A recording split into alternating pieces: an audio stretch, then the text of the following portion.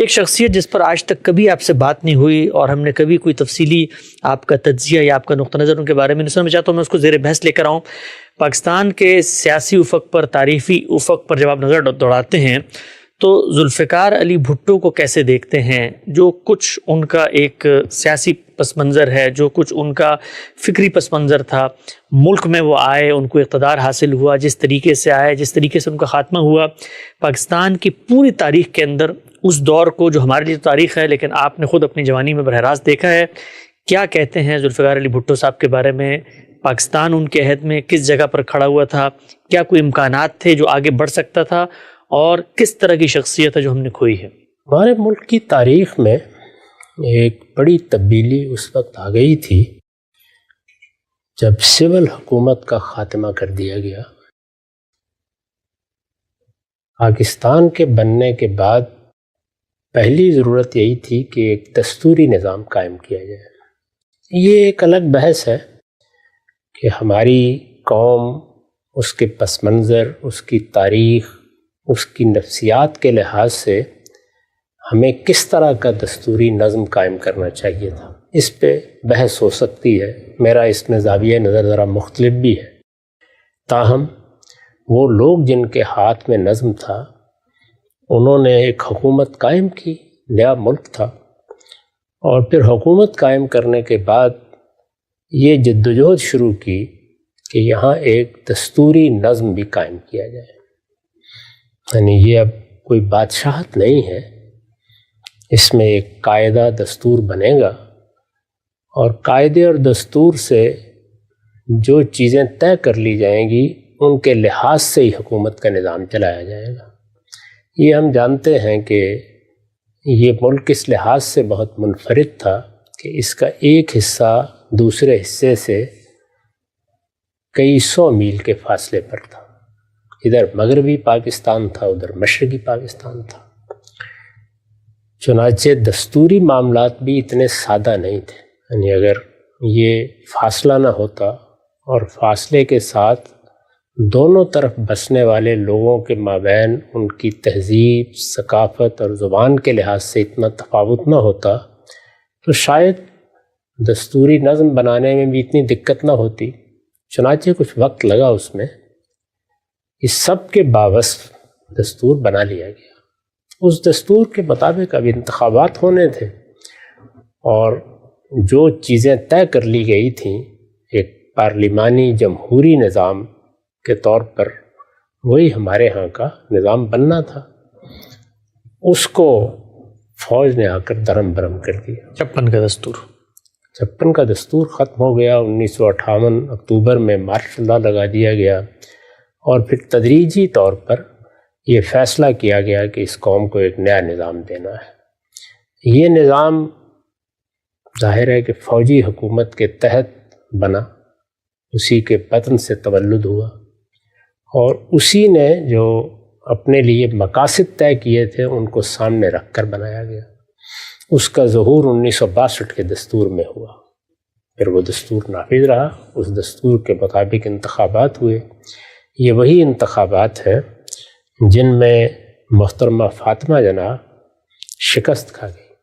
ایک بڑا واقعہ تھا، اس لیے کہ محترمہ فاطمہ جناح سیاسی رہنماؤں میں سے ایک رہنما نہیں تھیں، وہ اس ملک کے بانی کی بہن تھی، اور لوگوں کا عمومی تاثر یہی تھا کہ جس طریقے سے قائد اعظم محمد علی جناح اس تحریک کے سربراہ رہے ہیں تو یہ بھی گویا ان کی دست راست تھی، یہی تاثر تھا۔ اسی لیے ان کو مادر ملت کا خطاب بھی دیا گیا، جیسے قائد اعظم محمد علی جناح کو بابا قوم کہا گیا۔ تو یہ بڑا حادثہ تھا جو اس وقت ہوا، اس کے اثرات بھی تھے۔ تاہم ایوب خان جب حکومت کر رہے تھے تو یہ میں کئی مرتبہ عرض کر چکا ہوں کہ جو لوگ صلاحیتوں کے ساتھ پیدا ہوتے ہیں ان کو جو میدان میسر آتا ہے اسی میں ان کو راستے تلاش کرنے ہوتے ہیں۔ اگر ایک آدمی عالم ہے، ایک آدمی سائنسدان ہے، یعنی اپنی پیدائش کے لحاظ سے اس کا فطری رجحان ہے، وہ اسی جانب آگے بڑھنا چاہتا ہے۔ انسان کے اندر جو اللہ نے صلاحیتیں دی ہوتی ہیں ان کو نشو و نما دینے کے لیے اور آگے بڑھ کر ان کے ظہور کے لیے بھی بڑا غیر معمولی داعیہ انسان میں ہوتا ہے. اور خاص طور پر جو لوگ بڑے لوگ ہوتے ہیں کسی بھی میدان کے، ایک تو یہ ہے نا کہ اللہ تعالیٰ بہت بڑی تعداد میں وہ لوگ پیدا کرتا ہے جو کسی نظم کے خدام کی حیثیت سے کام کرتے ہیں. کھیتوں میں بھی کرتے ہیں، دہقان بھی ہوتے ہیں، وہ فیکٹریوں میں بھی کرتے ہیں، وہ دوسری ہنرمندیوں کے ساتھ بھی زندگی بسر کرتے ہیں. لیکن ہر میدان میں، خواہ وہ سائنس کا میدان ہے، فلسفے کا میدان ہے، دوسرے سماجی علوم کا ہے، مذہب کا ہے، سیاست کا ہے، بڑے لوگ پیدا ہو جاتے ہیں. تو اس طرح کے بڑے لوگ جب پیدا ہو جاتے ہیں تو وہ اپنے لیے میدان تلاش کرتے ہیں.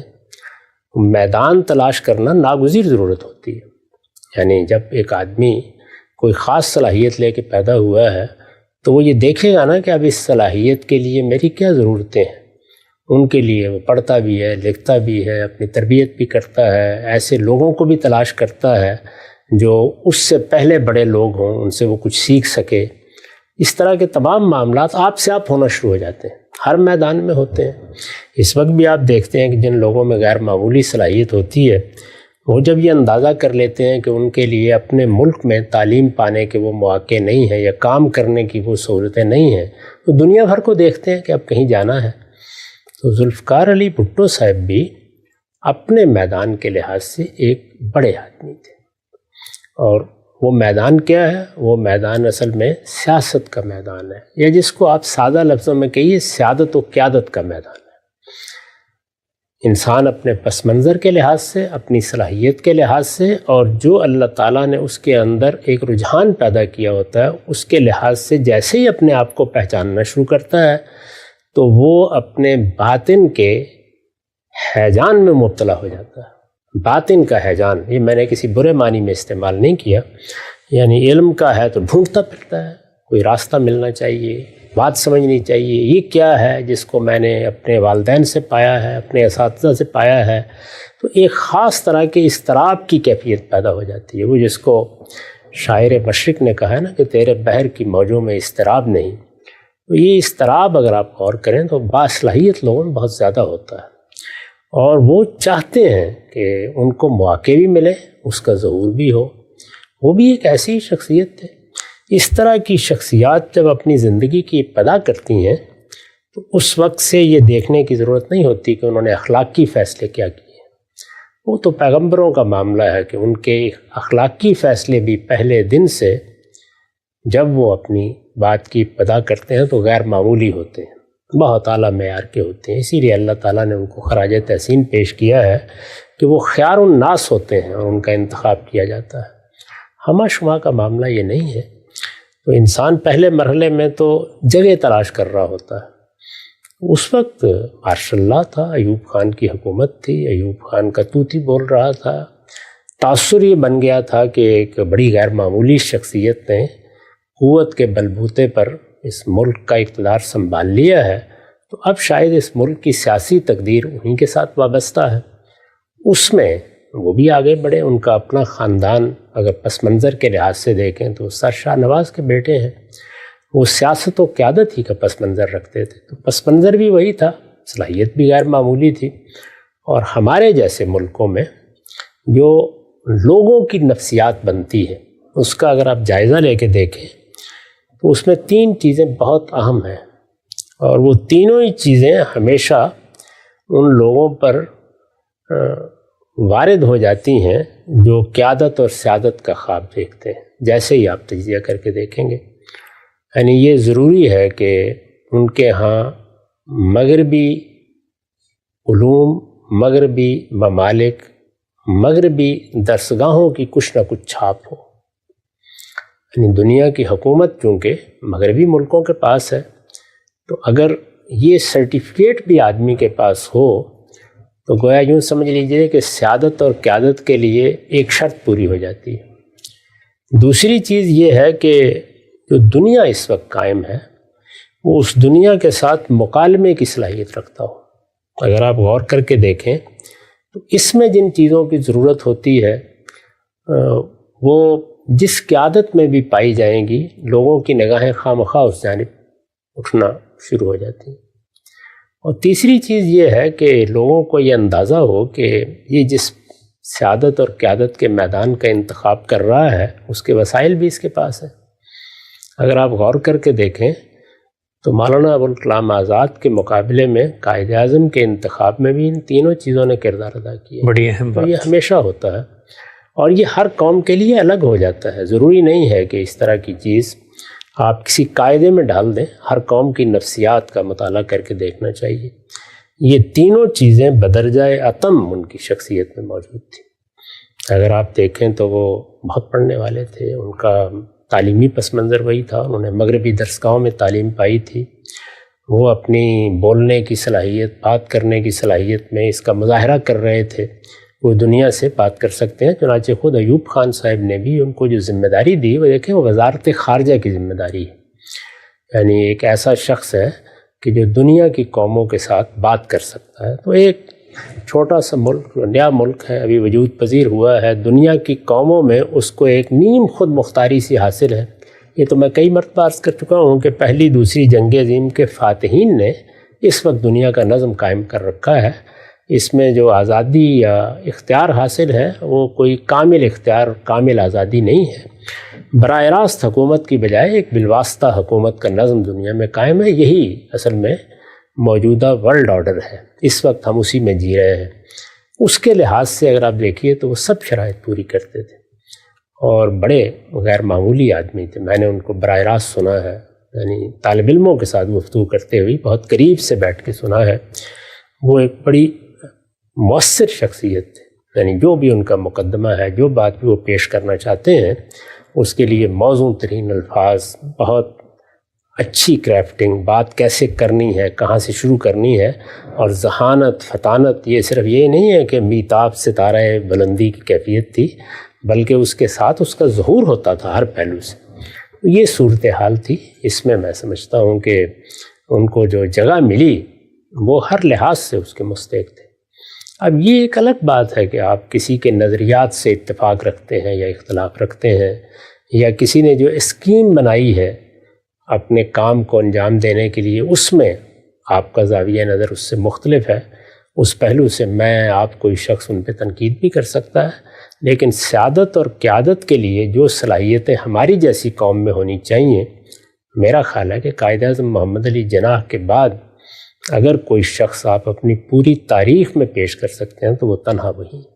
اچھا غلام صاحب، جس طریقے سے آپ نے ان کا ایک تعارف کرایا ہماری اس نئی نوجوان نسل کو، چونکہ آپ خود براہ راست جوانی میں مشاہدہ بھی کر چکے ہیں اور اس دور میں ایک شخصیت کا جو ایک اورا ہوتا ہے اس کو آپ نے محسوس بھی کیا ہے، تو کیا یہ کہا جا سکتا ہے کہ قائد اعظم تو بہت جلدی رخصت ہو گئے پاکستان بنانے کے بعد، اور ان کی قیادت کے زیر اثر جو کچھ اس ملک میں تبدیلیاں رونما ہو سکتی تھیں اس کا تو امکان ہی نہیں پیدا ہوا، لیکن پاکستان کی سیاسی تاریخ میں اس کے بعد پھر قدرت نے ایک موقع دیا ایک بڑے لیڈر کو پیدا کر کے، ہم وہاں پر کچھ کر سکتے تھے۔ کچھ اس لیڈر کی اپنی کوتاہیاں، کچھ غلطیاں ہوں گی تدبیر کی، حکمت عملی کی، کچھ سیاسی حالات، کچھ عالمی حالات، سب کچھ ہوگا، لیکن پاکستان کو پھر سے اوپر ابھرنے کا موقع ملا ان کی قیادت کی صورت میں۔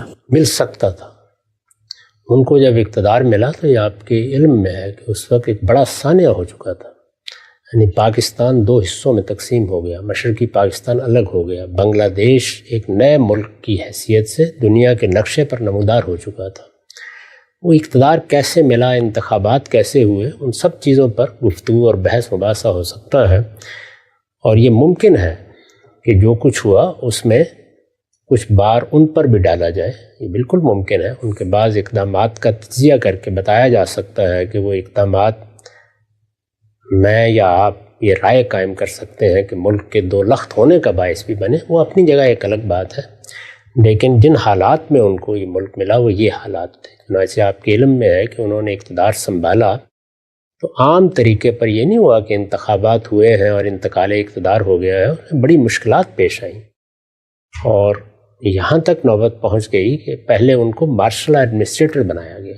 یعنی یہ ایک دلچسپ چیز تھی، فوج کے پاس چونکہ اقتدار تھا تو ایک فوجی ہی مارشل ایڈمنسٹریٹر کی ذمہ داریاں سنبھالے گا، عام طور پر تو یہی ہوتا ہے، تو ایک سیاسی رہنما کو یہ ذمہ داری دی گئی، اور پھر بتدریج انتقال اقتدار ہوا، یہاں تک کہ پھر ایک نیا نظم بنا، ایک نیا دستور بنا۔ اس وقت جو پاکستان میں دستور رائج ہے وہ ذوالفقار علی صاحب بھٹو کا بنایا ہوا ہے، 1973 کا دستور جس کو آپ کہتے ہیں، یہ دستور بھی انہوں نے ملک کو دیا، جس سطح کے وہ شخص تھے انہی سے یہ توقع بھی ہو سکتی تھی۔ تو اس وقت تو میں نے صرف یہ عرض کیا ہے کہ سیادت اور قیادت کی جو فطری صلاحیتیں ہیں ان میں وہ بڑے ممتاز لوگوں میں سے تھے، بڑی غیر معمولی صلاحیت رکھتے تھے، لوگوں پر بھی ان کا اثر اسی طرح تھا جس طرح اس درجہ کی کسی آدمی کا ہونا چاہیے، اور وہ اپنے مقدمے کو، اپنی بات کو، اپنے نقطہ نظر کو پیش کرنے کی بھی بڑی بے پناہ صلاحیت رکھتے تھے۔ وہ ساری چیزیں ان میں جمع تھیں جو ایک غیر معمولی شخصیت میں ہوا کرتی ہیں، جو اس میدان میں اترے، یعنی سیادت اور قیادت۔ پس منظر کے لحاظ سے بھی، وسائل کے لحاظ سے بھی، ہمارے جیسے ملک میں ظاہر ہے اس زمانے تک وہی لوگ آگے آ سکتے تھے کہ جو جاگیرداری کا ایک خاص پس منظر رکھتے ہوں، وہ ساری چیزیں ان کو بدرجۂ اتم میسر تھیں، یعنی پس منظر کی چیزیں بھی اور شخصیت کی چیزیں۔ نقطہ واضح ہو گیا۔ ہم سب یہ بیان کیجیے گا، جب کوئی بڑا آدمی دنیا میں آتا ہے، رونما ہوتا ہے، وہ خود سوسائٹی، معاشرے، سماج کے اندر موجود خرد افروز طبقہ ہے، کچھ پڑھے لکھے دانشور ترقی پسند لوگ ہیں، کوئی مفکرین ہیں، فلسفی ہیں، دانا ہیں، حکیم ہیں، ان کو متاثر کرتا ہے۔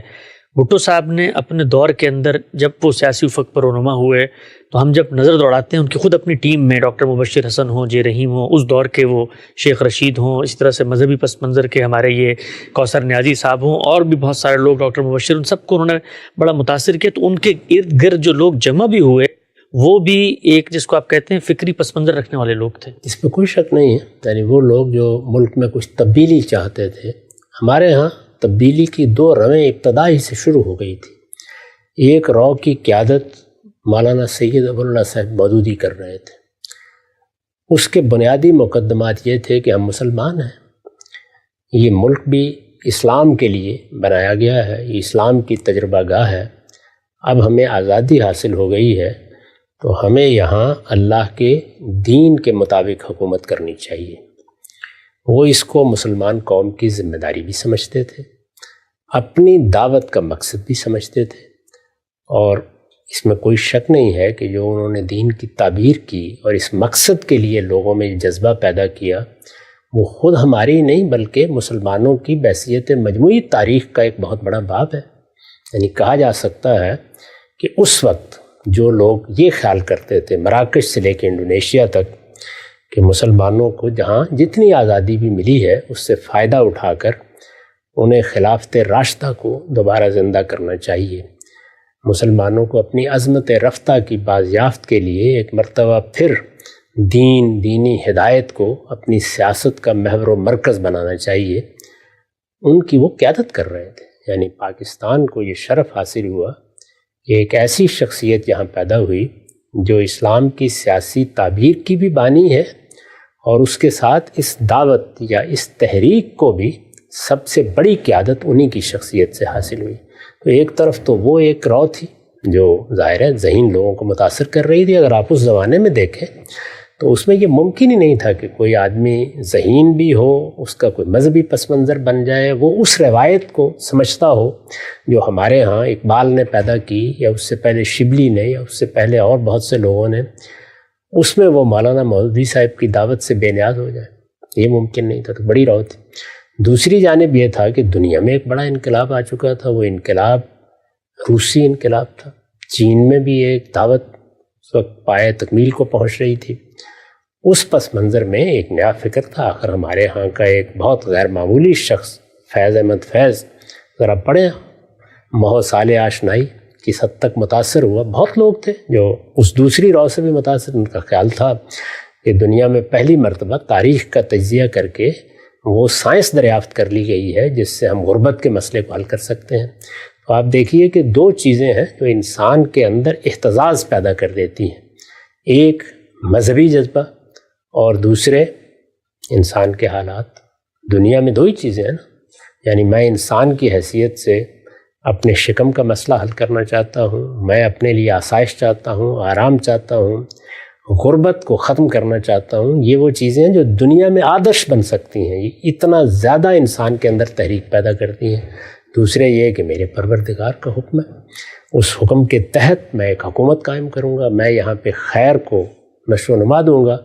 تو دنیاوی ضرورتوں کے لحاظ سے وہ بڑی غیر معمولی حرکت ہے جو انسان کے اندر پیدا ہوتی ہے، اور انسان کی مذہبی ضرورتیں جو اس کے اخلاقی وجود یا اخلاقی شعور سے پیدا ہوتی ہیں، اس میں مذہبی تحریک، تو یہ دونوں چیزیں اس وقت اپنے عروج پر تھیں۔ نعیم صدیقی صاحب ایک بڑے مفکر ہوئے ہیں ہمارے ہاں، جن کی کتاب ہے محسن انسانیت۔ انہوں نے ایک مضمون لکھا تھا جس میں یہ کہا تھا کہ اس وقت کوئی شخص اگر ہمالہ کی چوٹی پر کھڑا ہو کر دائیں اور بائیں دیکھے تو ایک طرف اس کو ماؤ زیتونگ نظر آئیں گے اور دوسری طرف مولانا سید اللہ صاحب مودودی۔ تو یہ دونوں روے ہمارے ہاں موجود تھیں۔ اس میں جس طریقے سے مولانا سید اللہ صاحب مودودی کی تحریک بہت بڑے پیمانے پر ذہین لوگوں کو، کام کرنے والے لوگوں کو، جذبہ رکھنے والے لوگوں کو متوجہ کر رہی تھی، یہاں تک کہ یونیورسٹیوں میں اور کالجوں میں بھی اس کے بڑے غیر معمولی اثرات ہو رہے تھے، اسی طریقے سے وہ جو دوسری رو موجود تھی اس کو بھی قیادت چاہیے تھی۔ ان کے ہاں بہت سے دانشور تھے، ان کے ہاں بہت سے اچھے لکھنے والے تھے، وہ رسائل بھی نکال رہے تھے، اپنی بات بھی پیش کر رہے تھے، چھوٹی چھوٹی تنظیموں کی صورت میں اپنے وجود کا اظہار بھی کر رہے تھے، لیکن ان کے ہاں اس درجے کی کوئی شخصیت نہیں تھی۔ ذوالفقار علی بھٹو صاحب کی شخصیت ان کو ملی، تو اس لحاظ سے آپ کہہ سکتے ہیں کہ دونوں رووں میں جو کریم تھی وہ دونوں کی جانب متوجہ ہوئی۔ چلو کام صاحب، آپ نے اس دور کی جو سماجی حرکیات تھیں اس کے پس منظر میں بھی ہم صاحب جب ہم نظر دوڑاتے ہیں بھٹو صاحب کے پورے عہد پہ تو تین چیزیں ان کے پورے کے پورے جس کو کہتے ہیں نظریہ، آدرش اور ورلڈ ویو کو نمایاں کرتی ہیں۔ ایک ان کا معیشت کے بارے میں نظریہ ہے، سوشلزم کو انہوں نے معیشت کا آدرش قرار دیا، اس کے نتیجے میں کچھ اقدامات کیے، نیشنلائزیشن کا پورا تصور۔ پھر پاکستان کی تاریخ میں جو ایک بہت بڑا سول ملٹری کانفلکٹ ہے اس کے بعد میں انہوں نے کچھ اقدامات کیے، صدر بنے ہیں تو یحییٰ خان کو نظر بند کیا، جنرل گل حسن کا تقرر کیا، پھر ان سے کس طرح استعفیٰ لے کے ٹیکا خان اور پھر ضیاء الحق صاحب، ملٹری کے ساتھ ان کا ایک رویہ سامنے آتا ہے۔ اور تیسری چیز جو ہم نے دیکھی کہ خود سیاست کے میدان میں سیاسی مخالفین ہوں یا سیاسی تنازعات ہوں ان میں کیسے معاملہ کرنا ہے۔ میں چاہوں گا کہ ان تینوں پہلوؤں پہ الگ الگ آپ کا تجزیہ لوگوں کے سامنے میں رکھوں اور یہ جانوں کہ ان چیزوں کو ہم سب کیسے دیکھتے ہیں۔ وقت یہاں پہ ختم ہوتا ہے، دوبارہ حاضر خدمت ہوں گے، اب تک آپ کو بہت شکریہ۔ بسم اللہ الرحمن الرحیم، السلام علیکم۔ غامدی صاحب کے ساتھ ہفتہ وار سوال و جواب کی براہ راست نشست کو لے کے ایک دفعہ پھر ڈیل اسمبلی کا غامدی سینٹر سے حاضر خدمت ہے، آغاز کرتے ہیں۔ آپ سے بہت شکریہ آپ کے وقت کا۔ گزشتہ کل ایک موضوع پر آپ سے استفادے کا آغاز کیا تھا، پاکستان کی سیاست اور پاکستان کا جو پورا منظرنامہ ہے اس میں بڑی ایک ممتاز اور نمایاں شخصیت ذوالفقار علی بھٹو، ان کی شخصی محاسن، ان کی کردار، اسی طریقے سے جو ان کا رول رہا ہے پاکستان کی سیاست میں، غامدی صاحب نے ایک منظرنامہ بتایا تھا۔ اسی سلسلہ گفتگو کو آگے بڑھاتے ہیں۔ غامدی صاحب ایک بیانیہ انہوں نے پیش کیا اور تین جہتوں سے وہ بیانیہ سامنے آتا ہے۔ ایک ان کا بیانیہ ہے جو معیشت کے باب میں سامنے آیا، اسی طریقے سے اس کے کچھ ایسے عوامل تھے جو سول ملٹری کانفلکٹ میں سامنے آئے، اور تیسرا خود اس دور کے اندر جو ان کے سیاسی مخالفین تھے، ملک کا جو سیاسی ماحول تھا اس کے اندر کچھ کنٹریبیوٹ ہونے کے۔ میں تینوں کو الگ الگ زیر بحث لانا چاہتا ہوں۔ سب سے پہلی چیز جو معیشت کے باب میں انہوں نے پاکستانی سماج میں پیش کی وہ یہ تھی کہ سوشلزم ہماری معیشت ہے۔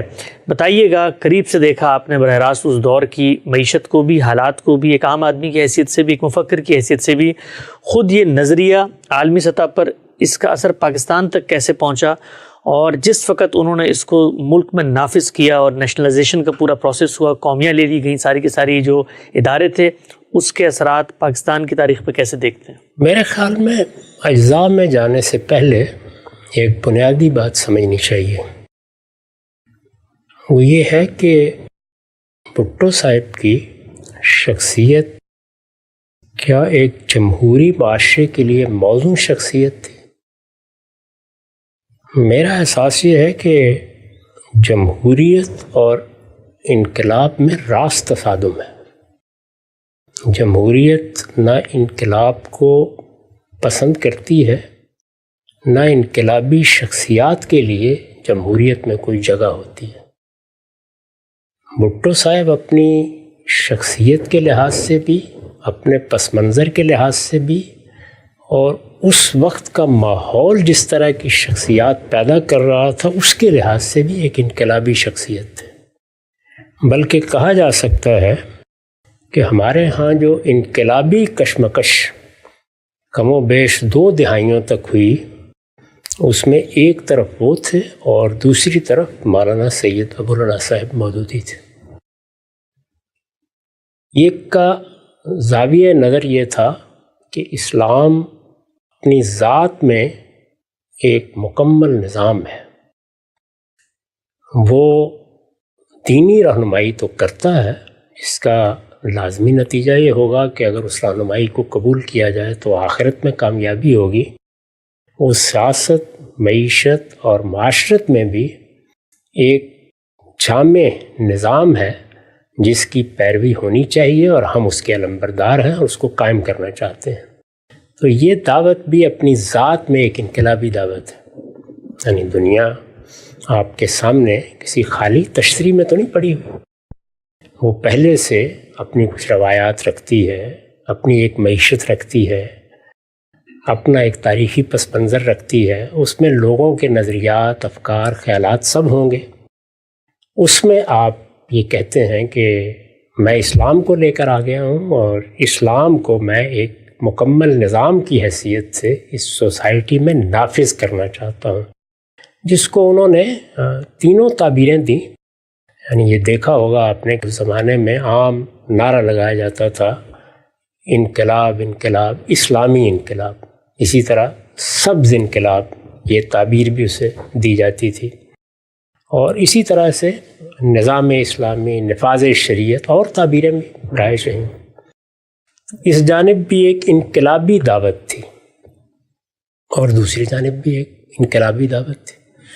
سوشلزم بھٹو صاحب کے زمانے تک اس جگہ نہیں پہنچا تھا کہ جہاں یہ کہا جا سکے کہ اس کی وفات ہو گئی۔ اس وقت تو سوویت یونین موجود تھا، یہ تو ان کے بہت بعد اس کا سقوط ہوا ہے، اور ہمارے ہاں کے بڑے شاعر، ادیب، بعض دانشور بہت متاثر بھی تھے۔ پھر چین میں جو سوشلزم کہیے، کمیونزم کہیے، اس کا ایک نقشہ سامنے آ رہا تھا، وہ بھی لوگوں کو بہت متاثر کرتا تھا۔ تو نظریے کے لحاظ سے اسلام کو جس طریقے سے مولانا سید ابرار صاحب مودودی نے اسلامزم میں ڈال دیا تھا، اس کا بھی اثر تھا۔ بہت لوگ تھے کہ جو خواب دیکھتے تھے کہ اس طرح کی ایک تبدیلی لائی جا سکتی ہے، اور دنیا بھر میں یہ چیز موجود تھی۔ ہم نے جب شعور کی آنکھ کھولی تو وہ یہاں باقاعدہ حیات تھے۔ اخوان ایک بڑی طاقت کے ساتھ مصر میں جدوجہد کر رہے تھے، اسی طرح سے انڈونیشیا میں، ملائیشیا میں، دنیا کے دوسرے ملکوں میں، مراکش، الجزائر، ہر جگہ وہ تحریکیں، جماعتیں، اسی طرح سے شخصیات انقلابی نوعیت کی دعوت لے کر کھڑی تھیں، اور ان سب کے پیش نظر یہ تھا کہ اسلام ہماری پوری زندگی کے بارے میں ایک نیا نقشہ ترتیب دیتا ہے، اور ہم اس کو سیاسی سطح پر قائم کر لیں گے۔ اس کا حوصلہ اس لیے ہو گیا تھا کہ دنیا میں پہلی دوسری جنگ عظیم کے نتیجے میں براہ راست حکومت کا طریقہ بڑی طاقتوں نے ختم کر دیا تھا۔ بالواسطہ طریقے سے حکومت اس وقت بھی انہیں بڑی طاقتوں کی ہے، اور اقوام متحدہ کا ادارہ بھی اسی اصول پر بنا ہے۔ وہ 5 بڑی طاقتیں جنہوں نے پہلی دوسری جنگ عظیم جیتی ہے، تو ان فاتحین نے ایک دنیا کا نظم بنا دیا تھا۔ اس میں اصلاً تو ایک نیم خود مختاری ہے جو مختلف ملکوں کو حاصل ہے، لیکن کہا یہی جاتا ہے کہ وہ ساورن اسٹیٹس ہیں، یعنی ان کو اختیار دے دیا گیا ہے، وہ اپنے فیصلے خود کرتے ہیں۔ ایک لحاظ سے دیکھیں تو درست بھی ہے، دوسرے لحاظ سے دیکھیں تو یہ محض ایک فریب ہے، انسان اس میں اپنے آپ کو مبتلا کر لیتا ہے۔ اصلاً دنیا میں انہی طاقتوں کی حکومت ہے، اور انہوں نے ایک نیا نظم بنا دیا ہے۔ تو اس میں ہر جگہ یہ خیال ہوا کہ ہمیں جب آزادی حاصل ہو گئی ہے کہ ہم اپنے ملکوں کا نظام خود بنا سکتے ہیں، تو ہم ایک نئے نظام کا خواب بھی دیکھ سکتے ہیں۔ سوشلزم بھی ایک زندہ حقیقت تھی۔ اب سوشلزم ایک زندہ حقیقت ہے تو ایک ایسے ملک میں جہاں دستور بنائے گئے ہیں، یعنی ایوب خان نے بھی دستور بنایا، اور وہ دستور بھی یک جماعتی نہیں تھا، جو آمرانہ نظام میں بنایا جاتا ہے۔ اس میں لوگوں کو حق تھا کہ وہ حصہ لیں، چنانچہ محترمہ فاطمہ جناح نے ان کے خلاف انتخاب لڑا۔ تو جمہوریت کو بطور ایک اصول کے اختیار کر لیا گیا تھا۔ ہمارے یہاں آپ کو معلوم ہے کہ جب فوج بھی اقتدار سنبھالتی رہی ہے تو اس کا عام طور پر یہی ادعا رہا ہے کہ ہم تو جمہوریت بحال کرنے کے لیے آئے ہیں۔ جمہوریت کو ایک فکری حقیقت کے طور پر قبول کر لیا گیا تھا۔ اب جمہوریت ہی سے اسلامی انقلاب لانے کی صحیح کرنی ہے، اور جمہوریت ہی سے سوشلسٹ انقلاب لانے کی صحیح کرنی. تو جمہوریت سے کیا ایسا انقلاب آ سکتا ہے؟ میں نے یہ عرض کیا کہ ان میں راست تصادم ہے، ڈائریکٹ کانفلکٹ ہے. اور یہی وجہ ہے کہ خود جماعت اسلامی میں جو ایک بڑا خلفشار پیدا ہوا وہ دو ہی پہلوؤں سے تھا. ایک مولانا سید ابر اللہ صاحب مودودی کی شخصیت سے اختلاف ہوا، وہ کیا اختلاف تھا وہ ایک الگ بحث ہے. اور دوسرا یہ کہ اس طرح کی تبدیلی جمہوریت سے کیسے آ سکتی ہے. چنانچہ بعد میں ہمارے بزرگ ڈاکٹر اسرار احمد صاحب نے اس کو ایک باقاعدہ فلسفے کی صورت دی اور اس کو منہج انقلاب نبوی کا نام دیا. اور اگر ایک لفظ میں ان کا اور مولانا سید ابر اللہ صاحب مودودی کا اختلاف بیان کیا جائے تو وہ یہی تھا کہ یہ کیسے ہو سکتا ہے کہ اس طرح کا انقلاب جمہوریت کے ذریعے سے آ جائے یا جمہوریت کے ذریعے سے آ جائے اور پھر اسے قائم رکھا جا سکے. نہ پہلی بات ممکن ہے نہ دوسری بات ممکن ہے. یہ 100% درست بات تھی، یعنی اس میں کوئی غلطی نہیں ہے. یہی معاملہ سوشلزم کا. اب بھی بہت سے لوگ یہ کہتے ہیں کہ ہم سوشلزم کے دائی ہیں، وہی انسانیت کے مسائل کا حل ہے، لیکن وہ جمہوریت سے آنا چاہیے کیونکہ دنیا میں غیر جمہوری طریقوں کے بیان کی گنجائش نہیں رہی. یہ صورتحال ہے. تو اس لیے یہ انقلابی شخصیات ہیں دونوں. انقلابی شخصیات کی کچھ خصوصیات ہوتی ہیں، یعنی ایک یہ کہ وہ یہ سمجھتی ہیں کہ اللہ نے ہمیں دنیا میں ایک غیر معمولی کردار ادا کرنے کے لیے مبعوث کیا ہے.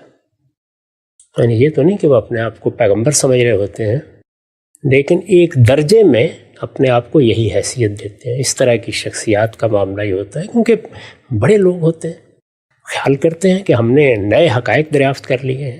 شخصیت میں ایسا کرزما ہوتا ہے کہ وہ یہ سمجھتے ہیں کہ ہم یہاں بات کریں گے تو لوگ ہماری بات پر ٹوٹ پڑیں گے، وہ اپنا سب کچھ نثار کرنے کے لیے تیار ہو جائیں گے. اور ہو جاتا ہے، یعنی یہ صورتحال پیدا ہوتی ہے. اگر آپ کبھی ہٹلر کی مسولینی کی تاریخ پڑھیں تو وہاں یہ ہوا، بہت بڑی تعداد میں لوگ اپنی امیدوں کا مرکز بنا لیتے ہیں. تو ان شخصیات میں یہ چیز ہوتی ہے، خصوصیت ہوتی ہے. اچھا، پھر اس طرح کے کسی معاملے میں انسان اپنی جب زندگی کو دیکھتا ہے، اسے معلوم ہے نا کہ مجھے ہمیشہ تو نہیں رہنا، تو ایک سرعت اور جلد بازی یہ لازمی حصہ ہوتی ہے. یعنی وہ چاہتے ہیں کہ اب موقع کو ضائع نہیں ہونا چاہیے. اگر ہمیں ملتا ہے تو پھر ہمیں آگے بڑھ کے باغ سنبھال لینی چاہیے. اور جس وقت وہ باغ سنبھال لیتے ہیں تو ان کے ذہن میں یہ تصور بھی نہیں ہوتا کہ اب انہیں جانا ہے. ان کا احساس یہ ہوتا ہے کہ آخری درجے میں ہم نے پردہ اٹھا دیا ہے حقائق سے. اب قوم کو ہر حال میں ہمیں وہ موقع دینا چاہیے کہ ہم اپنے خوابوں کا انقلاب لا کے دکھا دیں. تینوں چیزیں ہوتی ہیں. اسی کا نتیجہ یہ نکلتا ہے کہ ایک خاص طرح کی آمریت، ایک خاص طرح کا فاشسٹ مزاج ظہور پذیر ہونا شروع ہو جاتا ہے. ان کے لیے یہ ممکن نہیں ہوتا کہ وہ اپنے مخالفین کو برابر کی سطح پہ برداشت کریں. مولانا سید ابر اللہ صاحب مودودی کی ایک تقریر ہے جو انہوں نے ماشی گوٹ میں رات کے وقت کی ہے، وہ اب شائع ہو چکی ہے. اس میں وہ کہتے ہیں کہ اس بڑے انقلاب کو لانے کے لیے جو میرے ساتھ بڑی شخصیات آ گئی ہیں، انہیں فیصلہ کر لینا چاہیے کہ ان کو اب رجل ثانی بن کر رہنا ہے. جی اچھا. اس کا ایک ناگزیر نتیجہ ہوتا ہے. اس لیے وہاں پر بھی جو بڑا تصادم ہوا وہ اصل میں جمہوری اقدار میں اور ایک انقلابی شخصیت کے اس مطالبے میں ہوا. تو انقلابی شخصیات ایسا ہی مطالبہ کرتی ہیں. تو یہ جتنے بعد کے واقعات ہیں یا جو چیزیں آپ دیکھ رہے ہیں وہ سب اصل میں میرے نزدیک اس اصول سے ٹوٹی ہوئی ہیں. یعنی جمہوریت اور انقلابی شخصیات میں یا انقلاب میں راست تصادم ہے. وہ ہمارے ملک میں ہوا، عملاً ہو گیا. یعنی مولانا سید ابر اللہ صاحب مودودی کو تو اقتدار ملا نہیں اور وہ دنیا سے رخصت ہو گئے، لیکن بھٹو صاحب کو اقتدار ملا. اقتدار کو حاصل کرنے کے بارے میں بھی دیکھیے انہیں وہی کرنا پڑا. یعنی انتخابات ہوئے، انتخابات کا نتیجہ یہ نہیں نکلا کہ ان کو اکثریت حاصل ہو گئی ہے. مشرقی پاکستان میں بہت بڑی تعداد میں مجیب الرحمن کامیاب ہو گئے. تو اب جمہوریت یہ تقاضا کرتی ہے کہ جو شخص کامیاب ہو گیا آپ اس کو اقتدار دے دیں اور پھر اپوزیشن میں بیٹھ کر انتظار کریں. جمہوریت اپنی ذات میں اس طرح کی انقلابی نظریات کا نظم ہی نہیں ہے. یعنی وہ تو تدریجی طریقے سے تبدیلیوں کا سفر طے کرتا ہے. اس میں سفر کے منازل متعین کر لیے جاتے ہیں اور قومیں اس کو طے کرتی رہتی ہیں. جمہوری نظام کا کلمینیشن امریکہ میں ہوا ہے, ریاستہائے متحدہ امریکہ میں. اور آپ دیکھیے کہ جو دستور بنایا گیا ہے امریکہ کا, اس کی روح سے ایک شخصیت کو 8 سال سے زیادہ دیے ہی نہیں جاتے, کیونکہ اگر اس سے زیادہ دیے جائیں گے تو کسی بھی بڑی شخصیت میں انقلابی روح بیدار ہو جائے گی. اور آپ جانتے ہیں کہ یہ روح جب بیدار ہوتی ہے تو نظر آتی ہے اس کو اپنی منزل آسمانوں میں, وہ پھر زمینی شخصیات رہتی نہیں. بہت اہم نقطہ.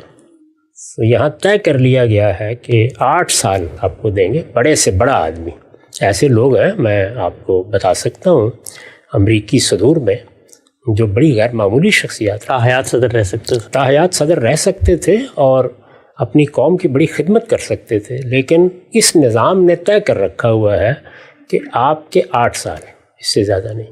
کیونکہ اس طرح کی شخصیات جس وقت اقتدار پر قابض ہو جاتی ہیں تو سب سے بڑی رکاوٹ ان کے راستے میں مخالفت کرنے والے یا ان سے اختلاف رکھنے والے لوگ ہوتے ہیں. جمہوریت اختلاف کو روا رکھنا چاہتی ہے. جمہوریت اختلافی آراء میں سنتھسس یا امتزاج پیدا کرنے کا مزاج رکھتی ہے. جمہوریت اپنے نتائج کو تدریجی ارتقاء سے حاصل کرنا چاہتی ہے, اور جمہوریت اپنی ذات میں مختلف قوتوں کو ساتھ لے کر چلنے کا داعیہ رکھتی ہے. انقلاب اور انقلابی شخصیات جس طرح کہ میں نے عرض کیا ان سب چیزوں سے راست تصادم رکھتے ہیں, ڈائریکٹ کنفلکٹ میں ہوتے ہیں. تو لازماً ان کے درمیان جدال برپا ہو جاتا ہے. وہی جدال برپا ہوا. چنانچہ آپ یہ جانتے ہیں کہ بھٹو صاحب نے پھر یہ کہا کہ جو لوگ وہاں اسمبلی میں جائیں گے ان کو پھر وہاں واپس آنے کا موقع نہیں ملے گا.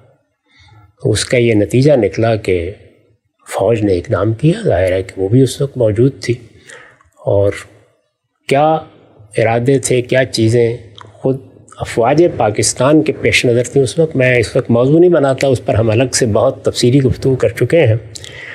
لیکن نتیجہ یہ نکلا کہ پھر فوج نے اقدام کر دیا, اور اس اقدام کے نتیجے میں ملک 2 لخت ہو گیا. مشرقی پاکستان الگ ہو گیا. مجیب الرحمان جو وہاں جیت چکے تھے وہ گرفتار کیے ہوئے تھے. اس کے بعد اقتدار ان کے حوالے کر دینا پڑا. وہ سب معاملات آپ جانتے ہیں, ان کو بیان کرنے کی ضرورت نہیں ہے. کیا ہوا اس کے نتیجے میں, وہ اپوزیشن جس کو اگلے 5 سال اپوزیشن میں یا حزب اختلاف میں بیٹھنا تھا, اس کے لیے اقتدار کی راہ ہموار ہو گئی. ملک بھی اگر اس کے نتیجے میں 2 لخت ہو جائے تو کوئی پرواہ نہیں کرنی چاہیے, اس لیے کہ انقلابی مقاصد ملکوں سے بڑے ہوتے ہیں. جی, اور ملکوں سے کیا بعض اوقات قوموں سے بھی بڑے ہوتے ہیں. اسی طرح کے لوگ ہیں جو دنیا کو فتح کرنے کے لیے نکلتے رہے ہیں. بڑی شخصیات ہوتی ہیں, یعنی اندر سے اور اپنے مقاصد کے لحاظ سے معمولی شخصیات نہیں ہوتی. تو اسی طرح کی شخصیت تھے ذوالفقار علی بھٹو صاحب. چنانچہ انہیں اقتدار مل گیا. اقتدار مل جانے کے بعد اب ان کی شخصیت کے لحاظ سے موزوں نظام اگر کوئی ہو سکتا تھا تو وہ یک جماعتی آمریت تھی, جو مثلا چین میں قائم ہے یا بعض اور ملکوں میں بھی اس کے راستے نکالے گئے. جیسے مصر میں جمال عبد الناصر کی حکومت قائم رہی, اور جگہوں پر بھی ہے. ہمارے ہاں جمہوریت, دستور, اس میں پھر 5 سال کی مدت, یہ تو کسی انقلاب کے لیے انتہائی ناکافی مدت ہے. اس وقت آپ دیکھیے نا, ہمارے ہاں انتخابات ہونے والے ہیں, تو اگر تو ایسی جماعتیں میدان میں ہیں جو موجودہ ریاستی اسٹرکچر کے اندر وہ چیزیں حاصل کرنا چاہتی ہیں جو جمہوری نظام میں ممکن الحصول ہے, جیسے معیشت بہتر ہو جائے, انفراسٹرکچر ذرا اچھا بن جائے, ہمارے ریاستی اداروں میں ہم آہنگی پیدا ہو جائے, زیادہ سے زیادہ آگے بڑھ کے کہیے کہ بھارت کے ساتھ تعلقات ٹھیک ہو جائیں, طالبان کے ساتھ کچھ معاملات ایسی صورت اختیار کر لیں کہ وہاں سے جو طاقت ہو رہی ہے اس کو روکا جا سکے. یہ سارے مقاصد 5 سال کے عرصے میں حاصل کیے جا سکتے ہیں. یہ ممکن الحصول مقاصد ہیں. ان میں اگر کوئی غیر معمولی مداخلت نہ ہو تو سیاستدان آسانی سے ان چیزوں کو حاصل کر لیتے ہیں، وہ حاصل کر کے دکھا سکتے ہیں آپ کو. لیکن اگر کوئی انقلابی لیڈر ہے، انقلابی رہنما ہے، تو وہ اس پہ اکتفا نہیں کرے گا، وہ دنیا کو بدل دینا چاہے گا. اس کا نعرہ وہی ہوتا ہے کہ بیاں کے گردشے، تو دنیا بھر کو بدل دینا، توڑ دینا، ایک نیا نظام پیدا کر دینا، نئی دنیا بنا لینا، ایک تبدیلی کا نقیب بن کے کھڑے ہو جانا. تو گردش آسماں بگردانی، وہ تو اسی کی دعوت دیتے ہیں. تو بھٹو صاحب کی شخصیت بھی ایسی تھی. اس لیے باقی چیزوں کو آپ اس سے متعلق کر کے سمجھیں، یعنی جو اقدامات انہوں نے اپوزیشن کے ساتھ کیے، جس طرح کا معاملہ انتخابات میں ہوا، جس طرح کی توقعات لوگوں نے ان سے وابستہ کی، جیسے وہ اپنے ساتھیوں کے ساتھ بعد میں معاملہ کرنے پہ مجبور ہوئے، تو یہ سارے اس ایک شخصیت کے لوازم ہیں. اس کے سوا ہو ہی کچھ نہیں سکتا. جمہوری روایات کے اندر یا تو وہی ہوگا جو امریکہ نے کیا ہے کہ بڑے سے بڑے آدمی کو بھی آپ نے باندھ دیا ہے، 8 سال ہیں، ان میں جو کرنا ہے کر لو، اور تم کوئی دوسرا راستہ اختیار نہیں کر سکتے. اور جمہوری روایات، قانون، ضابطے اتنے محکم کر دیے گئے ہیں کہ ان سے ٹکرانے کی ہمت کرنا آسان نہیں ہے. اور یا پھر یہ ہے کہ ہمارے جیسے ملکوں میں جہاں یہ ساری چیزیں سیال صورت میں ہیں، یعنی یہ ابھی محکم نہیں ہوئی، وہاں تو اس طرح کی شخصیت پیدا ہو جائے گی تو درہم برہم کر کے رکھ دے گی ہر چیز کو. ہم سب بہت ہی خوبصورت، بڑی عمیق تجزیہ. پہلی دفعہ اس طرح کی گہری بصیرت میں مبنی سیاسی شخصیت کا کوئی تبصرہ میں نے زندگی میں سنا ہے. ایک چیز اور بتائیے گا مجھے کہ خود تو وہ مغربی درسگاہوں میں پڑھے، اس دور میں خود ان کے مطلب والد صاحب جو ہیں وہ استعمار یہاں پر تھا، زمینیں ان کے پاس، ایک وڈیرانہ پس منظر.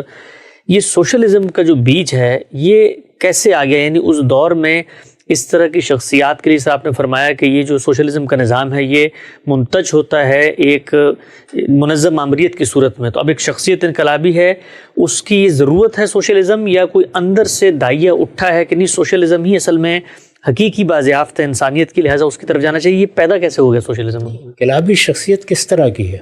انقلابی شخصیت اگر تو لٹھ مارنے والی ہے تو پھر تو فوج بنائے گی اور نکل کھڑی ہوگی. اگر وہ دانشور شخصیت ہے، بھٹو صاحب ایسی شخصیت تھے جیسے مولانا سید ابوالرحمن صاحب مودودی تھے، تو آپ دیکھیے کہ دونوں کے دونوں ایک دانشورانہ خواب دیکھ رہے ہیں. تو اس وقت تو 2 ہی چیزیں تھیں جو ساری دنیا میں متاثر کرتی تھی لوگوں کو. یعنی یا یہ بات متاثر کرتی تھی کہ اسلام اور اسلام کی معیشت، سیاست، معاشرت یہ دنیا میں کوئی بڑی تبدیلی پیدا کر دے گی، اور یا سوشلزم. تو مقابل میں تو سرمایہ دارانہ جمہوریت ہی تھی، لیکن اس میں مسئلہ یہ تھا کہ سرمایہ دارانہ جمہوریت میں سرمایہ دارانہ نظم کو تو یہ دانشور قبول کرنے کے لیے تیار نہیں تھے، اور بالعموم انقلابی لوگ قبول بھی کہاں کرتے ہیں، اس لیے کہ سرمایہ دارانہ نظم ایک اور طرح کا استحکام پیدا کرتا ہے، اس میں انقلاب نہیں لائے جا سکتے. جمہوریت اس کے بعد وہ زنجیر پا بن گئی، اس لیے کہ جمہوریت کے حق میں عالمی سطح پر ایک فکری انقلاب برپا ہو چکا تھا، تو اس سے اپنے آپ کو چھڑانا آسان نہیں تھا. مولانا سید ابوالرحمن صاحب مودودی کو بھی ماچھی گوٹ میں یہ کہنا پڑا کہ ہم جمہوری طریقے اختیار کریں گے، اور بھٹو صاحب کو بھی یہ کہنا پڑا کہ جمہوریت ہماری سیاست ہے. تو اس کے سوا کوئی چارہ نہیں تھا. لیکن جمہوریت اور انقلاب، میں نے پھر عرض کیا، ان میں راز تصادم ہے. جب بھی کبھی یہ ہوگا تو اس کا آخری نتیجہ یہی ہوگا کہ اس طرح کی شخصیات کو پھر جیلوں میں ڈالنا پڑے گا، جلا وطن کرنا پڑے گا، ملک سے نکالنا پڑے گا، یا موت کے گھاٹ اتار دینا پڑے گا. ان کے ساتھیوں کا انجام بھی وہی ہوتا ہے. اگر وہ کھڑے رہیں گے ساتھ تو جیلوں میں جائیں گے، مارے جائیں گے، کیونکہ انقلاب کا تو نتیجہ ہمیشہ یہی ہوتا ہے. یہ جمہوریت ہے جس میں پرامن طریقے سے تدریجی نوعیت کی آہستہ آہستہ تبدیلیاں آتی رہتی ہیں. تو اس طرح کی شخصیات اسے قبول نہیں کرتی. واضح ہو گیا غام صاحب، بہت ہی اہم تجزیہ غام صاحب نے کی. اسی کی روشنی میں وہ تینوں پہلو آگے زیر بحث لائیں گے اور دیکھیں گے کہ پاکستان کو اس سے کس قدر نقصان ہوا یا پاکستانی سماج پاکستانی سیاست میں اس کا کنٹریبیوشن بھی یہ وقت یہاں پہ ختم ہوتا ہے. دوبارہ حاضر خدمت ہوں گے. اب تک آپ کو بہت شکریہ. بسم اللہ الرحمن الرحیم. السلام علیکم. غامدی صاحب کے ساتھ ہفتہ وار سوال و جواب کی براہ راست نشست کو لے کر پھر ڈر اسمبلی کا غامدی سینٹر سے حاضر خدمت آغاز کرتے ہیں. ہم سب بہت شکریہ آپ کے وقت کا. ذوالفقار علی بھٹو ہماری تاریخ کا ایک بڑا نمایاں نام. پاکستان سے جو لوگ واقف ہیں، اس کی تاریخ سے جو لوگ واقف ہیں، اس کی سیاست سے جو لوگ درک رکھتے ہیں، وہ جانتے ہیں کہ ذوالفقار علی بھٹو کا کیا مقام ہے. غامدی صاحب سے ہم سمجھنے کی کوشش کر رہے تھے کہ اس طرح کی جو شخصیات ہوتی ہیں وہ جس وقت سیاست کے میدان میں آتی ہیں تو کیا کیا ایسے اقدامات ہیں جن کے اثرات پھر صدیوں تک رہتے ہیں. غامدی صاحب، آپ نے بتایا تھا کہ یہ جو انقلابی شخصیات ہوتی ہیں ان کا ایک خاص زاویہ نظر ہوتا ہے، چیزوں کو اپروچ کرنے کا ایک مخصوص طریقہ کار ہوتا ہے، اور پھر اسی کے اثرات ہیں جو ان کے اقدامات میں بھی نظر آتے ہیں. 3 بنیادی چیزیں ہیں جس میں چاہتا ہوں ہم سب سے استفادہ کروں. پہلی چیز ہم نے دیکھا کہ معیشت کے باب میں انہوں نے ایک نظریہ پیش کیا، اور سوشلزم اس وقت جو دنیا کے اندر ایک پورے کا پورا فکر فلسفے کے طور پہ موجود تھا، اسی کو اپنا کے اس کا اطلاق پاکستان کے اوپر بھی کر دیا. آپ کا جو علم ہے تاریخ کا، بالخصوص اس نظریے کے حوالے سے جب یہ روبہ عمل ہوا، کیسے دیکھتے ہیں پاکستان کی معیشت کو؟ اس کے نتیجے میں کیا کوئی نقصان پہنچا؟ آپ عام طور پہ بھی سرمایہ اور معیشت کی نفسیات کے بارے میں کچھ بات کرتے ہیں، کیا کچھ آپ کی جوانی کا ایک براہ راست مشاہدہ بھی ہے؟ پاکستان کہاں کھڑا تھا جس وقت بھٹو صاحب نے ملک سنبھالا، اور معیشت کے بارے میں ان کے جو اقدامات تھے اس کا نتیجہ کیا نکلا؟ یہ ان کا نظریہ نہیں تھا. یہ نظریہ تو اس وقت دنیا میں ہر جگہ زیر بحث تھا. میں نے پچھلی دفعہ بھی عرض کیا تھا کہ سوویت یونین میں ایک بڑا انقلاب برپا ہو چکا تھا، یعنی روس میں انقلاب برپا ہوا اور پھر سوویت یونین وجود میں آ گئی. یہ معلوم ہے کہ اس میں بہت سی مسلمان ریاستیں بھی اس کا حصہ تھیں جو بعد میں پھر آزاد ہوئیں. اسی طرح چین میں بھی اس کو بڑی پذیرائی ملی. دنیا کے بہت سے دوسرے ملکوں میں لوگ یہی نعرہ لے کر اٹھے. یہ ایک پورا فلسفہ ہے. اس فلسفے سے اس وقت صرف ذوالفقار علی بھٹو صاحب نہیں، بڑے بڑے دانشور متاثر تھے. اب بھی بعض دانشوروں کو آپ دیکھیں تو وہ اس کے مبلغ ہیں. وہ سمجھتے ہیں کہ انسانیت کا مسئلہ اسی سے حل ہوگا. سرمایہ دارانہ معیشت انسان کے ساتھ کیا کرتی ہے، وہ کس طرح بتدریج اپنے میکنزم کے لحاظ سے اخلاقی شعور سے عاری ہو جاتی ہے، اس پہ تنقید کرتے ہیں. اسی طرح کارل مارکس نے جو سرمایہ اور محنت کے باہمی تعلق کی حکمت واضح کی تھی، اس سے بھی لوگ بہت متاثر تھے. اس کے تحت سب لوگ یہ خیال کرتے تھے کہ یہ طریقہ اگر اختیار کیا جائے تو اس سے ہم غریبوں کے مسئلے کو بھی حل کر سکتے ہیں، دولت کی منصفانہ تقسیم بھی ہو سکتی ہے، اور انسانیت کو ایک ایسے راستے پر ڈالا جا سکتا ہے جس میں سرمایہ کی چیرہ دستیوں اور اس کے استحصال سے انسان کو نجات ہو جائے. یہ بحث کہ نیت کیا ہے، محرکات کیا ہیں، کوئی بڑا انقلابی رہنما کسی نظریے سے فی الواقع شغف رکھتا ہے، اس نظریے سے محبت رکھتا ہے، اس کو اطمینان ہے کہ یہ نظریہ لوگوں کے لیے مفید ہو سکتا ہے، یا وہ اپنے سیاسی اقتدار کے لیے اس کو استعمال کر رہا ہے، یہ ایک الگ بحث ہے. یہ آپ کے علم میں ہے کہ میں اس طرح کے محرکات اور نیتوں کی تعین کو صحیح نہیں سمجھتا. جو کچھ ظاہراً ہمارے سامنے ہے وہ یہ ہے کہ یہ کوئی گھر میں بیٹھ کے بنایا گیا نظریہ نہیں تھا، بلکہ اس کی ایک پوری تاریخ ہے. یعنی یورپ میں یہ کیسے پیدا ہوا، اس پر کارل مارکس نے کیا لکھا، اس کے ماضی میں کیا کیا فلسفے کار فرما تھے، ہیگل کے فلسفے کے بعض پہلوؤں کو سامنے رکھ کر کیا ایک نئی جدلیات ترتیب دی گئی، اس کو کس طرح معیشت سے متعلق کیا گیا. پھر معیشت سے متعلق کرنے کے بعد جو صورتحال پیدا ہو گئی تھی جس میں ایک جاگیرداری نظام گویا مر رہا تھا اور ایک صنعتی انقلاب اپنے نتائج پیدا کر رہا تھا، کیا توقعات وابستہ کی گئیں. وہ اگر آپ اس زمانے کا لٹریچر پڑھیں اور اس زمانے کے بڑے مفکرین کی چیزیں پڑھیں تو یہ بالکل واضح ہو جاتا ہے کہ کوئی ایک ذوالفقار علی بھٹو صاحب نہیں، دسیوں لوگ اس سے متاثر ہوئے. دنیا میں کئی ملکوں میں اس کا تجربہ کیا گیا، اور بھٹو صاحب کے بعد بھی بہت سے ملک ہیں جن میں وہ تجربہ کسی نہ کسی درجے میں جاری ہے، اور بہت سے دانشور ہیں جو آج بھی اس کی تبلیغ کرتے ہیں۔ تو اس لیے میرے نزدیک یہ کہنا تو صحیح نہیں ہے کہ وہ اچانک اٹھے، انہوں نے ایک نظریہ بنایا اور بنا کے انہوں نے اس ملک میں مسائل پیدا کر دیے۔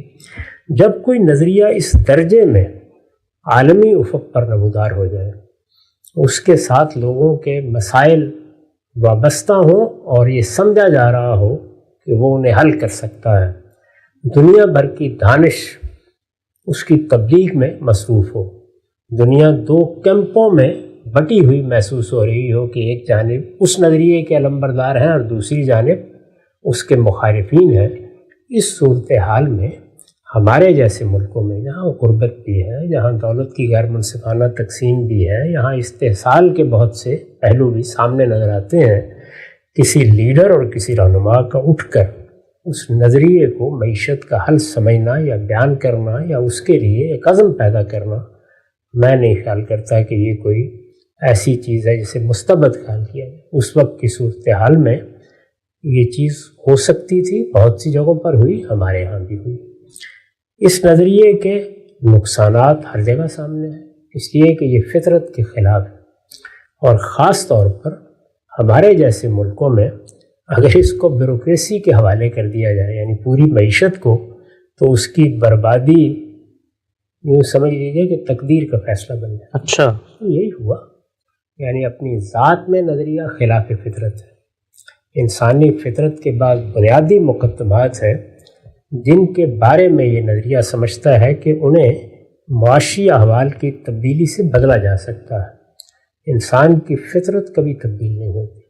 فطرت میں جو چیزیں بدیت کر دی گئی ہیں وہ اصل میں میرے وجود کی تشکیل کے عناصر ہیں، ان کو آپ الگ نہیں کر سکتے۔ جب الگ نہیں کر سکتے تو صحیح طریقہ کیا ہے؟ وہ یہ ہے کہ فطرت کے ان مقدمات کو مان کر انسان کو جو مسائل پیش آتے ہیں ان کا حل نکالا جائے۔ یعنی یہ بات کہ انسان ارادہ و اختیار رکھتا ہے، اس کا سوء استعمال کرے گا، لہذا چوری بھی ہو جائے گی، ڈاکہ بھی پڑے گا، قتل بھی ہو جائیں گے، یہ انسانی فطرت کے ایک برے پہلو کا ظہور ہے۔ لیکن یہ سب داعیات انسان کی فطرت میں پائے جاتے ہیں، تو کوئی ایسا طریقہ نہیں اختیار کیا جاتا کہ انسان اپنے ان داعیات ہی سے بالکل خالی ہو جائے، یہ نہیں ہو سکتا۔ تو اب آپ کو ایسے طریقے اختیار کرنے ہیں کہ ان کے شر کو کم کیا جا سکے، یا یوں سمجھ لیجئے کہ انسان کی جبلت اور فطرت کے انتقالوں کو مینیج کیا جا سکے۔ تو یہ طریقہ انقلابی ذہن کے لوگ پسند نہیں کرتے عام طور پر، اور اس وقت تو یہ نظریہ انقلابی تھا، اس کے نتائج انقلابی سمجھے جا رہے تھے، پوری دنیا میں ان کو بیان کیا جا رہا تھا، بلکہ یہ دعویٰ کیا جا رہا تھا کہ انسانی تاریخ کی سب سے بڑی حقیقت دریافت کر لی گئی ہے، اور اب تو اصل میں صرف فکری لحاظ سے ایک دھکا لگانے کی ضرورت ہے، ورنہ دنیا کو جانا ہی ادھر ہے۔ یہ صورتحال تھی، اس میں اقدامات کیے گئے، اور ایک خلاف فطرت نظریہ جو چیزیں پیدا کرتا ہے وہ سب ہمارے یہاں بھی ظہور پذیر ہوئیں۔ انہی سے نجات حاصل کرنے کے لیے سوویت یونین کو بڑے فیصلے کرنے پڑے اور وہ ختم ہو گئی۔ خود چین کو بہت بڑا فیصلہ کرنا پڑا، یعنی معیشت کے بارے میں پورے تصور کو تبدیل کرنا پڑا، اور اس کے بعد کہیں پھر وہاں ترقی کے راستے کھلے ہیں۔ یعنی جمہوریت تو نہیں آ سکی وہاں، لیکن معیشت کے باب میں وہ کم و بیش سرمایہ دارانہ معیشت کو اختیار کر لیا گیا ہے، یا اس کا ایک ایسا امتزاج پیدا کر لیا گیا ہے جو اب اس اصول پر اب مبنی نہیں ہے۔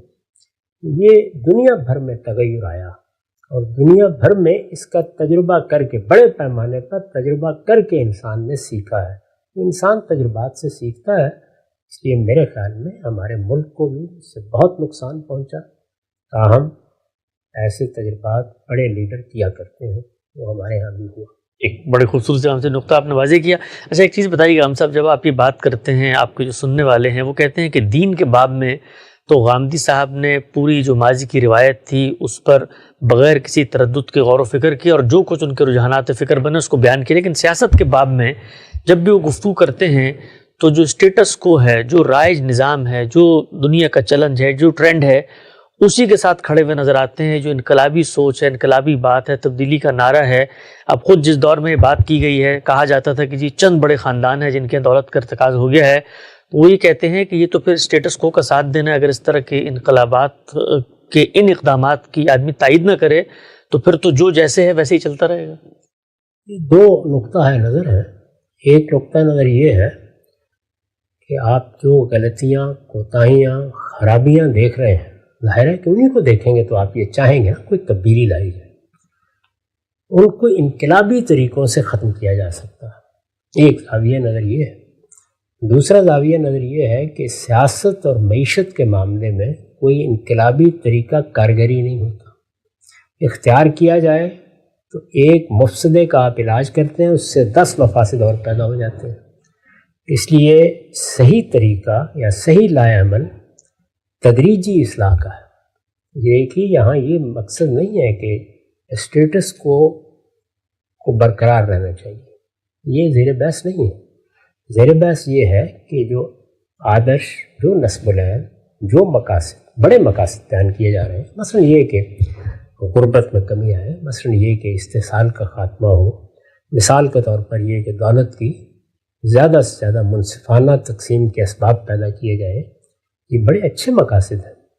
ان اچھے مقاصد کے حصول کا طریقہ کیا ہو؟ انقلابی طریقہ. تو میں نے اللہ کی کتاب قرآن مجید سے یہ سیکھا ہے.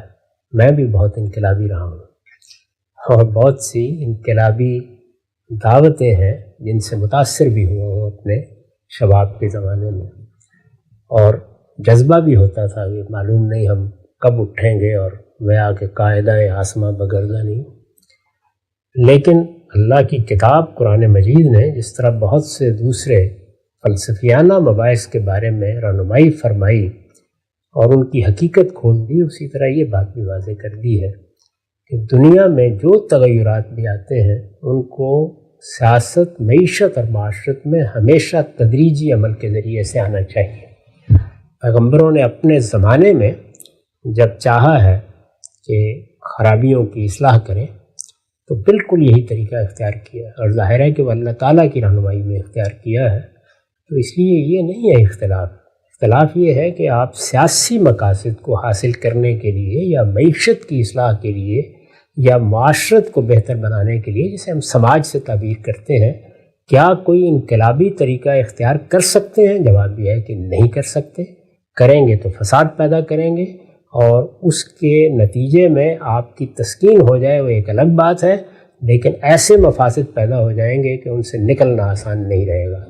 یہ جب بھی اس طرح کا کوئی انقلابی طریقہ اختیار کیا جائے گا، اس میں انسان کی جان، مال، آبرو خطرے میں آئے گی، استبداد پیدا ہوگا، اور اس طرح کے انقلابی لوگ پھر یعنی صدی 2 صدی تک انسان کو اس آزمائش میں مبتلا کر دیں گے کہ ان کے نہاب سے نکلنا آسان نہیں ہوگا.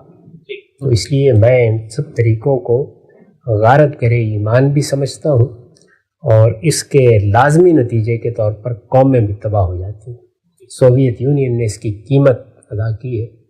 اسی طرح کا معاملہ آپ ایران میں دیکھ رہے ہیں، اور بھی جتنے انقلابات آئے ہیں ان کا لازمی نتیجہ یہی نکلتا ہے کہ ایک بدترین نوعیت کا استبداد اس سے پیدا ہو جاتا ہے. میرے نزدیک صحیح طریقہ یہ ہے کہ آپ اپنے اہداف متعین کریں، ان کو سامنے رکھیں، اور پھر ایک تدریجی عمل کی ابتدا کر دیں.